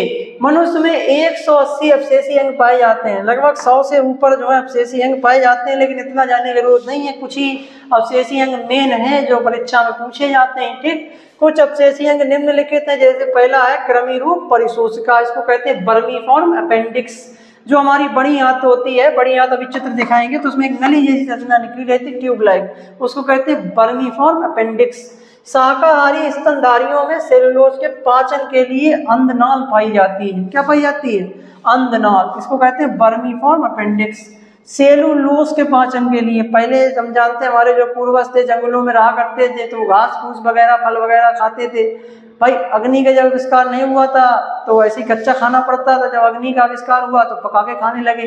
फिर सेलुलोज युक्त पहले बहुत खाया जाता है, लेकिन अब सेलुलोज युक्त रेशे युक्त भोजन कम खाया जाता है। तो अब जब खाते ही नहीं तो पाचन की आवश्यकता नहीं रही, जहाँ होता था उसकी आवश्यकता नहीं रही, तो इसीलिए धीरे धीरे वो संरचना हमारे अंदर मतलब नष्ट होती चली जा रही है, उसका जो है विकास जो है वो खत्म होने के कगार पर है। मनुष्य के पूर्वज शाकाहारी थे, लेकिन मनुष्य में सर्वभक्षी स्वभाव के कारण यह अंग अवशेषी हो गया। ठीक है, सर्वभक्षी होते चले गए, मतलब सब कुछ खाने लगे, मांस आस वगैरह भी खाने लगे और मतलब सेलुलोज युक्त भोजन कम खाने लगे। ठीक है, चीज़ों को पका के खाने लगे तो उतना सेलुलोज नहीं जाता है। ठीक, चलिए अच्छा आगे बढ़ते हैं। अभी इसका चित्र दिखाएंगे एक बेहतरीन सा। आगे देखें, अवशेषी अंगों में पुच्छ कशेरुक, इसको कहते हैं मतलब जो पुच्छ होती है टेल बोन। ठीक है, मनुष्य में पूंछ का अभाव होता है, लेकिन बूढ़ी अवस्था में पूंछ पाई जाती है। मनुष्य में क्या होता है, हम लोगों की जो कशेरुक दंड होती है, ठीक है, जो वर्टिब्रल कॉलम होती है, रीढ़ की हड्डी जिसको कहते हैं, तो उसका जो निचला सबसे हिस्सा होता है वो हमारे पूर्वजों में काफी लंबा था। हम जानते भी हैं कि हमारे जो पूर्वज रहे हैं वो बंदर रहे हैं, तो बंदरों में तो पूंछ पाई जाती है। ठीक है, तो अब हम मनुष्य हैं, हम सीधे खड़े होकर चलने लगे, पूंछ का कोई काम नहीं रहा। पूंछ जो है वो बैलेंसिंग का कार्य करती थी। ठीक है, तो अब हम सीधे खड़े होकर चलने लगे। धीरे धीरे जो है ये जो रीढ़ की जो हड्डी का जो अंतिम सरा था वो उसमें वृद्धि विकास रुक गई और धीरे धीरे नष्ट होता चला गया, तो उसमें पूंछ का जो है वो नष्ट हो गई, पूंछ अब नहीं पाई जाती है। बाई चांस अभी भी कई ऐसे संतान जो है बच्चे विकसित हो जाते हैं जिनमें जो है थोड़ा सा जो है पूंछ हमें देखने को मिलती है, हड्डी का थोड़ा बड़ा हुआ रूप देखने को मिलता है। आप उसको नेट में सर्च करके देख सकते हैं। लेकिन बूढ़ी अवस्थाओं में भी पूंछ पाई जाती है। पुच्छ कशेरुक से प्रमाणित होता है कि मनुष्य के पूर्वजों में पूंछ पाई जाती थी। तो इससे देखो प्रमाणित हुआ कि मनुष्य के जो पूर्वज थे उनमें क्या पाई जाती थी? पूंछ पाई जाती थी। ठीक, अगला है कड़पल्लव की पेशियां। कड़पल्लव की जो ये पेशियां, ये जो हमारा देख रहे हैं ये जो एयर पिन्ना, इसको एयर पिन्ना कहते हैं, कार्टिलेज का बना हुआ होता है। कुछ लोगों ने देखा हुआ ये अपने कान जो है घुमा लेते हैं, चला लेते हैं, ये एयर पिन्ना जो है चला लेते हैं ऐसे ही जो इशारा करके। हर कोई नहीं चला पाते, हम नहीं चला पा रहे, हम नहीं चला पाते हैं। तो प्रैक्टिस से कुछ बच्चे हैं, कुछ लोग हैं वो चला लेते हैं। तो उनमें क्यों? क्योंकि उनकी जो पेशियां हैं वो कुछ एक्टिव हैं। कैसी एक्टिव है, वो विकसित हैं। और बाद बाकी आप डॉग्स वगैरह देखें, ठीक है, हाथी वगैरह देखें, भैंस वगैरह देखें, तो इनमें ये सब अपने एयर पिंडा जो है ये सब चला लेते हैं, लेकिन हम लोग नहीं चला पाते, हमें कोई काम नहीं रहा। ठीक, तो ये क्या है, लेकिन इससे प्रमाणित हुआ कि हमारे पूर्वज जो है इसको चला लेते थे, ठीक है। तो हमारे पूर्वज को चला लेते थे। अक्ल डाँड़ के बारे में देखें, यहाँ पे अक्ल डाँड़ के बारे में बताया गया, ठीक है। विजडम टीथ हमने बताई, निवेशक पटल, ठीक है, निवेशक पटल निकटेटिंग मेम्ब्रेन। त्वचा के बाल, अन्य स्तनियों में यह ताप नियमन का कार्य करते हैं। हमारे जो पूर्वज थे, ठीक है, जैसे बनमानुस आप देख लें तो उनकी त्वचा में आज भी खूब घने घने बाल पाए जाते हैं। तो ये क्या करते हैं, ये जो है उस जीवधारी के मतलब टेम्परेचर को रेगुलेट करते हैं, भाई गर्मी पैदा करते हैं। अब हम लोग मनुष्य हैं, सभ्य हैं, ठीक है, तो कपड़े वपड़े वगैरह पहनने लगे तो शरीर को ढकने लगे तो बालों के जो है उतने विकास की आवश्यकता नहीं रही, तो बाल धीरे धीरे कम होते चले गए। लेकिन आज भी बनमानुस हैं, ठीक है, ओरंगुटान हैं या जो भी समझदार जो ऐसी की जो प्राणी हैं, ठीक है, बनमानुस टाइप के मिलते जुलते, तो उनमें आज भी खूब बाल पाए जाते हैं, ठीक है। तो त्वचा के बाल हो गए ये, ठीक। चलें अच्छा आगे देखते हैं, आगे देखते हैं अन्य जंतुओं का अवशेषी अंग। जैसे अजगर में अग्रपाद एवं पश्चपाद, अजगर में जो अजगर जो होता है, ठीक है, अजगर के अग्रपाद एवं पश्चपाद कुछ अवशेष पाए गए हैं। कुछ ऐसे अजगरों के जीवाश्म मिले हैं जिसमें अग्रपाद और पश्चपाद मतलब हड्डियां पाई गई। तो उन्होंने अंदाजा लगाया कि पहले के जो अजगर होते थे उनमें अग्रपाद और पश्चपाद हुआ करते थे। उड़ने में असमर्थ पक्षियों में अवशेषी अंग, बहुत से पक्षी हैं जो उड़ने में असमर्थ हो गए, ठीक है, जैसे शुतुरमुर्ग है, कीवी है, ये पक्षी किसी समय में उड़ते थे तो इनके जीवाश्म मिले हैं। या कुछ कुछ पक्षी ऐसे विकसित हो जाते हैं जिनमें ये कुछ जो है मतलब पेशियां ऐसी मिलती हैं जिसकी वजह से उड़ने में समर्थ है। घोड़े के अग्रपाद में 3 उंगलियों का विकास, ठीक है। तो ये है कुछ अन्य जंतुओं के अवशेषी हैं। चलो अब यहाँ पे चित्र देख लेते हैं। देखो ये यहाँ पर है मनुष्य की कोलन, ठीक है, ये यहाँ पे पहली बात क्या है, ये बड़ी आंत है, कोलन है। उसी कोलन का ये हिस्सा यहाँ पे जो निकला हुआ, ये आप ऐसे देख पा रहे हैं, यहाँ पे ये डिटेल में दे रखा है, ठीक है, ये ऐसे करके निकला, यही है नॉर्मल अपेंडिक्स, वर्मीफॉर्म अपेंडिक्स, यानी कि हमारी बड़ी आंत से यही जो ट्यूब जैसे तरह जुड़ी है इसी को कहते हैं वर्मीफॉर्म अपेंडिक्स। ये धीरे धीरे नष्ट होने के कगार पे, लगभग नष्ट हो गई। अच्छा कुछ लोगों में कभी कभार क्या होता है, इसमें इन्फेक्शन हो जाता है, इसमें भोजन भर जाता है, इन्फेक्शन हो जाता है तो इसमें जीवाणु वगैरह पनपने लगते हैं, तो इसमें दर्द रहता है, ठीक है। तो डॉक्टर लोग इसको क्या करते हैं, सर्जरी करके इसको कट करके निकाल देते हैं, इससे कोई इफेक्ट नहीं आता है, ठीक, क्योंकि किसी काम के है नहीं, इन्फेक्शन हो गया तो उसको हटा दो, जब हटा नहीं, ठीक है। अच्छा अगला है vestigial auricular muscles of the pinna and man. हमारे जो पिन्ना हमने बताई, देखो यहाँ पे मसल्स बनाई रखी, superior auricular muscle, anterior auricular muscle, ठीक है, पोस्टीरियर मसल। तो ये मसल्स जो है हम लोगों में कैसी हो गई, हम नहीं चला पाते, हम लोगों में ये जो है अर्ध विकसित धीरे धीरे नष्ट होने के कगार पे हैं, ठीक है। तो ये है। अच्छा वेस्टिजियल हेयर, ये हमारे जो छाती पे, हमारे बालों पे, शरीर पे जो बाल आल वगैरह होते हैं, हेयर्स हैं, तो ये भी धीरे धीरे कम होते चले जा रहे हैं, ठीक। अच्छा ये विजडम टीथ, देखो यहाँ पे दे रखा है, ठीक है, लोअर इम्पैक्ट विजडम टीथ अपर, यानी कि ऊपरी वाले जबड़े में, निचले वाले जबड़े में, तो ये जो विजडम टीथ लगी रहती है, ठीक। तो ये भी जो है काफी मतलब जो है नष्ट होने के कगार पर है।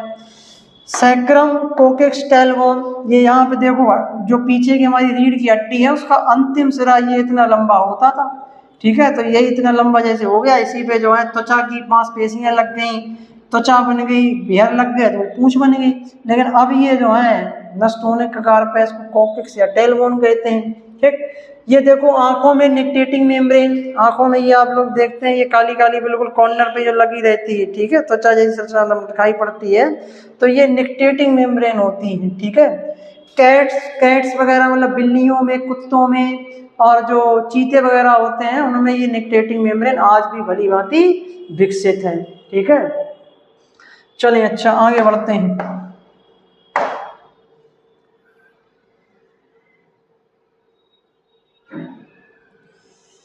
हाँ अगला देखो यहाँ पे एक चित्र और है निकटेटिंग मेम्ब्रेन का ही, ठीक है, थोड़ा बड़ा चित्र है निकटेटिंग मेम्ब्रेन, यहाँ पे इंग्लिश में लिखा, उस पर ज्यादा फोकस करने की जरूरत नहीं है, केवल स्लाइड इसलिए लाए ताकि आपको हम यहाँ पे डायग्राम दिखा सकें, ठीक है।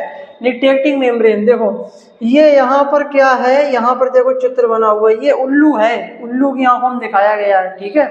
उल्लू में आप ये देख पा रहे हैं, ये जो संरचना देख पा रहे हैं, ये यहाँ पर ये बनी हुई है, ठीक है, ये जो संरचना आप देख पा रहे हैं, ये जो संरचना, ठीक है, ये है निकटेटिंग मेम्ब्रेन, ठीक है। और यहाँ पर जो है ये मनुष्य की आंख एक दे रखी है, मनुष्य की आंख में ये जो इतनी आप संरचना ऐसी देखते हैं, ठीक है, ये जो आप देख पा रहे हैं ये है, इसको कहते हैं पिलिका सेमीलुनेरिस, निकटेटिंग मेम्ब्रेन को ये नाम भी देते हैं। ठीक है, चलें अच्छा आगे बढ़ते हैं। अच्छा, इसका काम क्या है, इसको पढ़ भी लेते हैं। ट्रांसपेरेंट थर्ड आईलिड, ये ट्रांसपेरेंट है, थर्ड आईलिड है। ठीक है, इसके आर पार देखा जा सकता है। ये बर्ड्स में, पक्षियों में और रेप्टाइल्स में भी पाई जाती है। Drawn across eye from the medical cactus of the eye. इसका काम ये है कि ये मेडिकल कैक्टस में आई, मतलब जब भी आंखों का ऑपरेशन होता है तो इस मेम्ब्रेन को हटाया जाता है, ये हटा दी जाती है, रिमूव हो जाती है। ठीक, प्रोटेक्शन एंड मॉइस्चरिंग, ये हमको क्या करती है, प्रोटेक्शन देती है, मॉइस्चरिंग देती है। हालांकि अब तो हमारे आंसू ग्रंथियां पाई जाती हैं। ठीक है, पहले के ज़माने में इतनी आंसू ग्रंथियां विकसित नहीं थी, लेकिन अब आंसू ग्रंथियां काफ़ी विकसित हैं, तो आंसू बनाती हैं, उससे हमें क्या मिलता है, प्रोटेक्शन मिलता है, मॉइस्चर मिलता है।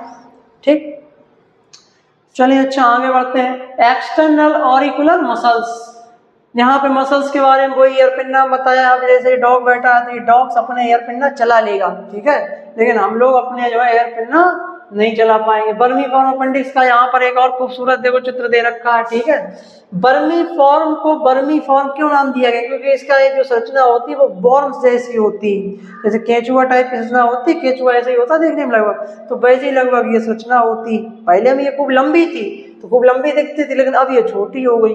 ठीक है, तो ये संरचना बनी, ये देखो संरचना बनी, ये आप लोग देख पा रहे होंगे यहाँ पर, ये जो संरचना बनी हुई है। ठीक है, ये छोटी सी देखो रह गई अब। ठीक है, ये जो संरचना है ये है बर्मीफॉर्म अपेंडिक्स, छोटी सी रह गई है।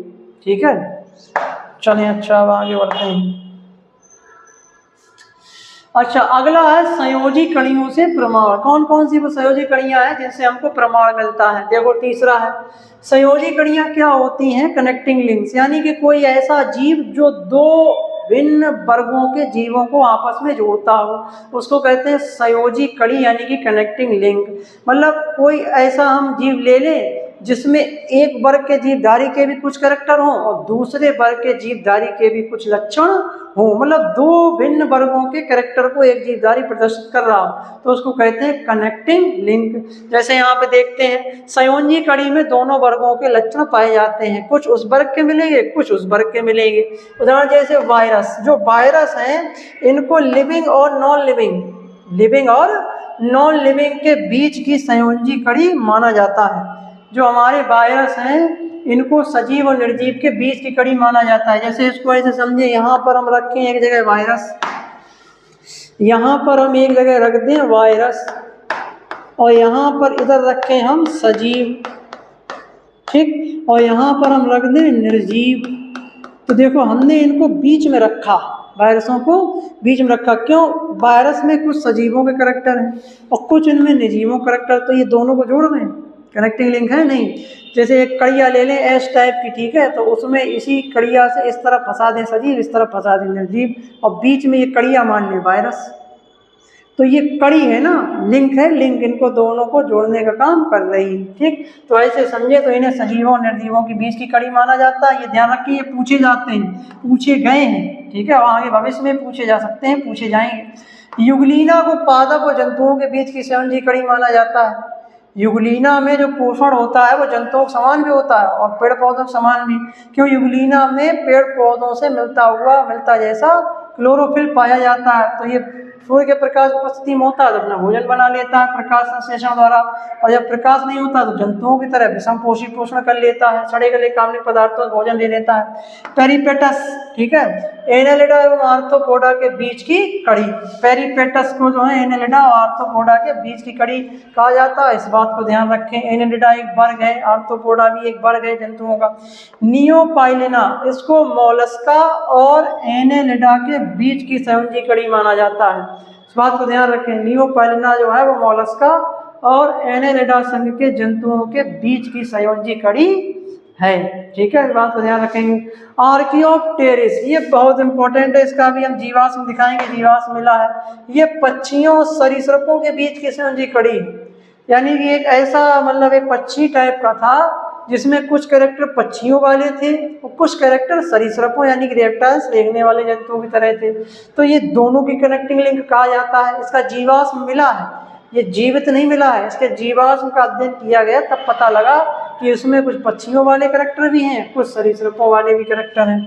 ठीक, चलिए आगे बढ़ते हैं। स्लाइड बड़े काम की है, सब पूछे जा सकते हैं, इनको ध्यान रखें। और ये मेमोरी बेस्ड डेटा है, इसको आपको याद करना होगा, ठीक है। ये आपकी जिम्मेदारी है कि आप इसको कैसे याद करते हैं। इसमें 2-4 तो याद कर लेंगे, जैसे 1, 2 और 3, ये 2 और हैं तो वैसे इसमें और भी, लेकिन जो पूछे गए हैं ज़्यादातर उन्हीं को हम स्लाइड में हमने शामिल किया है। तो ये 2 और याद कर लें, पेरिपेटस एनालिडा और आर्थ्रोपोडा के बीच कड़ी, नियोपाइलिना मोलस्का एवं एनालिडा के बीच की संयोजी कड़ी, ठीक। चलें अच्छा आगे बढ़े। अगला है जीवाश्म से प्रमाण। देखो ये यहाँ पे हमने लगाया है आर्कियोप्टेरिस का जीवाश्म, आर्कियोप्टेरिस का ऐसे जीवाश्म मिला है। ये असल में उस समय जिस समय पाया जाता था इस पृथ्वी पे, तो ये मर गया। मरने के बाद उसी के ऊपर जो है अग्नि चट्टानों का मतलब जो है वो मतलब इस पे जमा हुई, मिट्टी जमा हुई, तो ये चट्टान बना और उसी चट्टान में ये दब गया। और दबने के बाद जब उस चट्टान की जो है खुदाई हुई तो खुदाई पे इसका ये जो है कंकाल अंकाल वगैरह देखने को मिला। कुछ इसकी फोटो भी इस पर प्रिंट हो गई और कुछ इसका कंकाल भी मिला। तो इसी का जब अध्ययन किया गया तो हमें पता लगा कि इसमें कुछ सरीसृपों वाले कैरेक्टर भी हैं और पक्षी वाले कैरेक्टर हैं। इसमें देखते हैं जीवाश्म पत्थरों अथवा पहाड़ों पर प्राचीन काल के जंतुओं और पौधों के अवशेष पाए जाते हैं। इन्हीं अवशेषों को जीवाश्म कहते हैं। इन्हीं अवशेषों को हम क्या कहते हैं? जीवाश्म कहते हैं, ठीक। प्राचीन काल में जो पेड़ पौधे जीव जंतु मर गए, ठीक है, मरने के बाद वो किसी ऐसे स्थान में जाके दब गए जहाँ पे पानी की कमी थी, जहाँ का एनवायरनमेंट एसिडिक था, कोई सूक्ष्म जीव था नहीं, तो बरसों तक वहीं पे दबे रहे, पड़े रहे। उसी में उनकी जो बॉडी थी, बॉडी ऑर्गन्स थे, वो वहीं पे संरक्षित हो गए। फिर जब ही किसी कारण मनुष्य उनको खुदाई करता है तो उन्हीं खुदाई से वो प्राप्त हो जाते हैं, उन्हीं को जीवाश्म कहते हैं। जीवाश्म का मतलब जीव धन अस्म, जीवों के अवशेष, जीवों के अवशेष जीवाश्म। जीवाश्मों का अध्ययन जीवाश्म विज्ञान हमने बताया था पैलियोंटोलॉजी इसको कहते हैं, ठीक है। इस बात को ध्यान रखें, पैलियोंटोलॉजी, ठीक। सर्वप्रथम जीवाश्म का पता जो है लियोनार्डो डी विंसी ने लगाया था, ये बात ध्यान रखें, ये पूछा जा सकता है। लियोनार्डो डी विंसी ने सर्वप्रथम जीवाश्म का पता लगाया। जीवाश्म विज्ञान की स्थापना जॉर्ज क्यूवियर ने की थी, ये पूछा गया है क्वेश्चन, ठीक है। जॉर्ज क्यूवियर, इसको जीवाश्म विज्ञान का जनक कहा जाता है, फादर ऑफ पैलियोंटोलॉजी, इनको फादर कहा जाता है जॉर्ज क्यूवियर को, ठीक है। और जीवाश्म के बनने की क्रिया को जीवाश्मी कण कहते हैं, फॉसिलाइजेशन कहते हैं। चलिए अच्छा आगे बढ़ते हैं। अगला है जीवाश्मों का महत्व। जीवाश्मों के अध्ययन से जीवों के विकास के संबंध में निम्न तथ्य सामने आए हैं। जीवाश्मों का अध्ययन करते हैं तो इससे कौन कौन से तथ्य सामने आए हैं? पहला है आदिकाल के जीव आधुनिक जीवों की तुलना में सरल एवं अविकसित थे। पता लगा है कि प्राचीन काल के जीव कैसे थे? सरल थे और अविकसित थे। भाई तभी तो हमने कहा विकास जो होता है वो सरल से जटिल की ओर हुआ है, ठीक है, तभी तुम कह रहे हैं। सबसे पहले एक कोष किए, बाद में बहुकोषीय जीव विकसित हुए, जैसे हमने बताया। एवं पहले अकशेरुक जंतु और बाद में कशेरुक जंतुओं का विकास हुआ। पहले ऐसे आए जिसमें रीढ़ की हड्डी नहीं थी, बाद में ऐसे जंतु उनसे बने जिनमें रीढ़ की हड्डी आ गई, कशेरुक दंड आ गया। कुछ जीवाश्म योजी कणियों को उदाहरण जैसे आर्कियोप्टेरिस का जीवाश्म भी मिला है, ये जीवित नहीं मिला है, तो उस जीवाश्म को ही जो है सरीसृप और पक्षी के बीच की संयोजी कड़ी का नाम दे दिया गया है। चलिए आगे बढ़ते हैं, ठीक। अगला है जैव विकास के सिद्धांत। अब यहाँ पर देखो क्या है, जैव विकास के सिद्धांत रह गए हैं। इस जैव विकास के सिद्धांत में हम पढ़ेंगे लैमार्कवाद, डार्विनवाद, ठीक है, और थोड़ा बहुत जो है उत्परिवर्तनवाद के बारे में भी जानेंगे, ठीक है। ज़्यादातर क्वेश्चन जो है वो लैमार्कवाद और डार्विनवाद से बने हैं, उन्हीं से पूछे गए हैं। तो हमारा जो अगला लेक्चर होगा उस लेक्चर में हम जैव विकास के जो सिद्धांत दिए गए हैं, लैमार्कवाद, डार्विनवाद और उत्परिवर्तनवाद, ठीक है, इन तीनों को डिस्कस करेंगे। साथ ही साथ इससे जो संबंधित जो प्रीवियस ईयर क्वेश्चन आए हैं उन क्वेश्चन को भी नेक्स्ट लेक्चर में हम कवर करेंगे। तब तक के लिए जो है मैं आज्ञा दें और धन्यवाद। अगर आपको हमारा ये लेक्चर अच्छा लगा हो तो इस लेक्चर को जो है अपने दोस्तों के साथ शेयर कर सकते हैं और वीडियो को, लेक्चर को लाइक कर सकते हैं। चैनल को सब्सक्राइब कर लें ताकि आगे आने वाली क्लास मैथ की हो, जो सुमित सर हमारे लेते हैं, सुमित सर मैथ की जो क्लासें लेते हैं वो भी लगातार लगे हुए हैं, वो लगातार लेक्चर प्रोवाइड कर रहे हैं, परसेंटेज इस समय पढ़ा रहे हैं। और हमारी जो साइंस की जो सीरीज चल रही है इसको लगातार हम आगे कंटिन्यू रखेंगे। तो नोटिफिकेशन प्राप्त करने के लिए आप चैनल को सब्सक्राइब जरूर करें। मिलते हैं अगले लेक्चर में, तब तक के लिए धन्यवाद। पढ़ते रहें।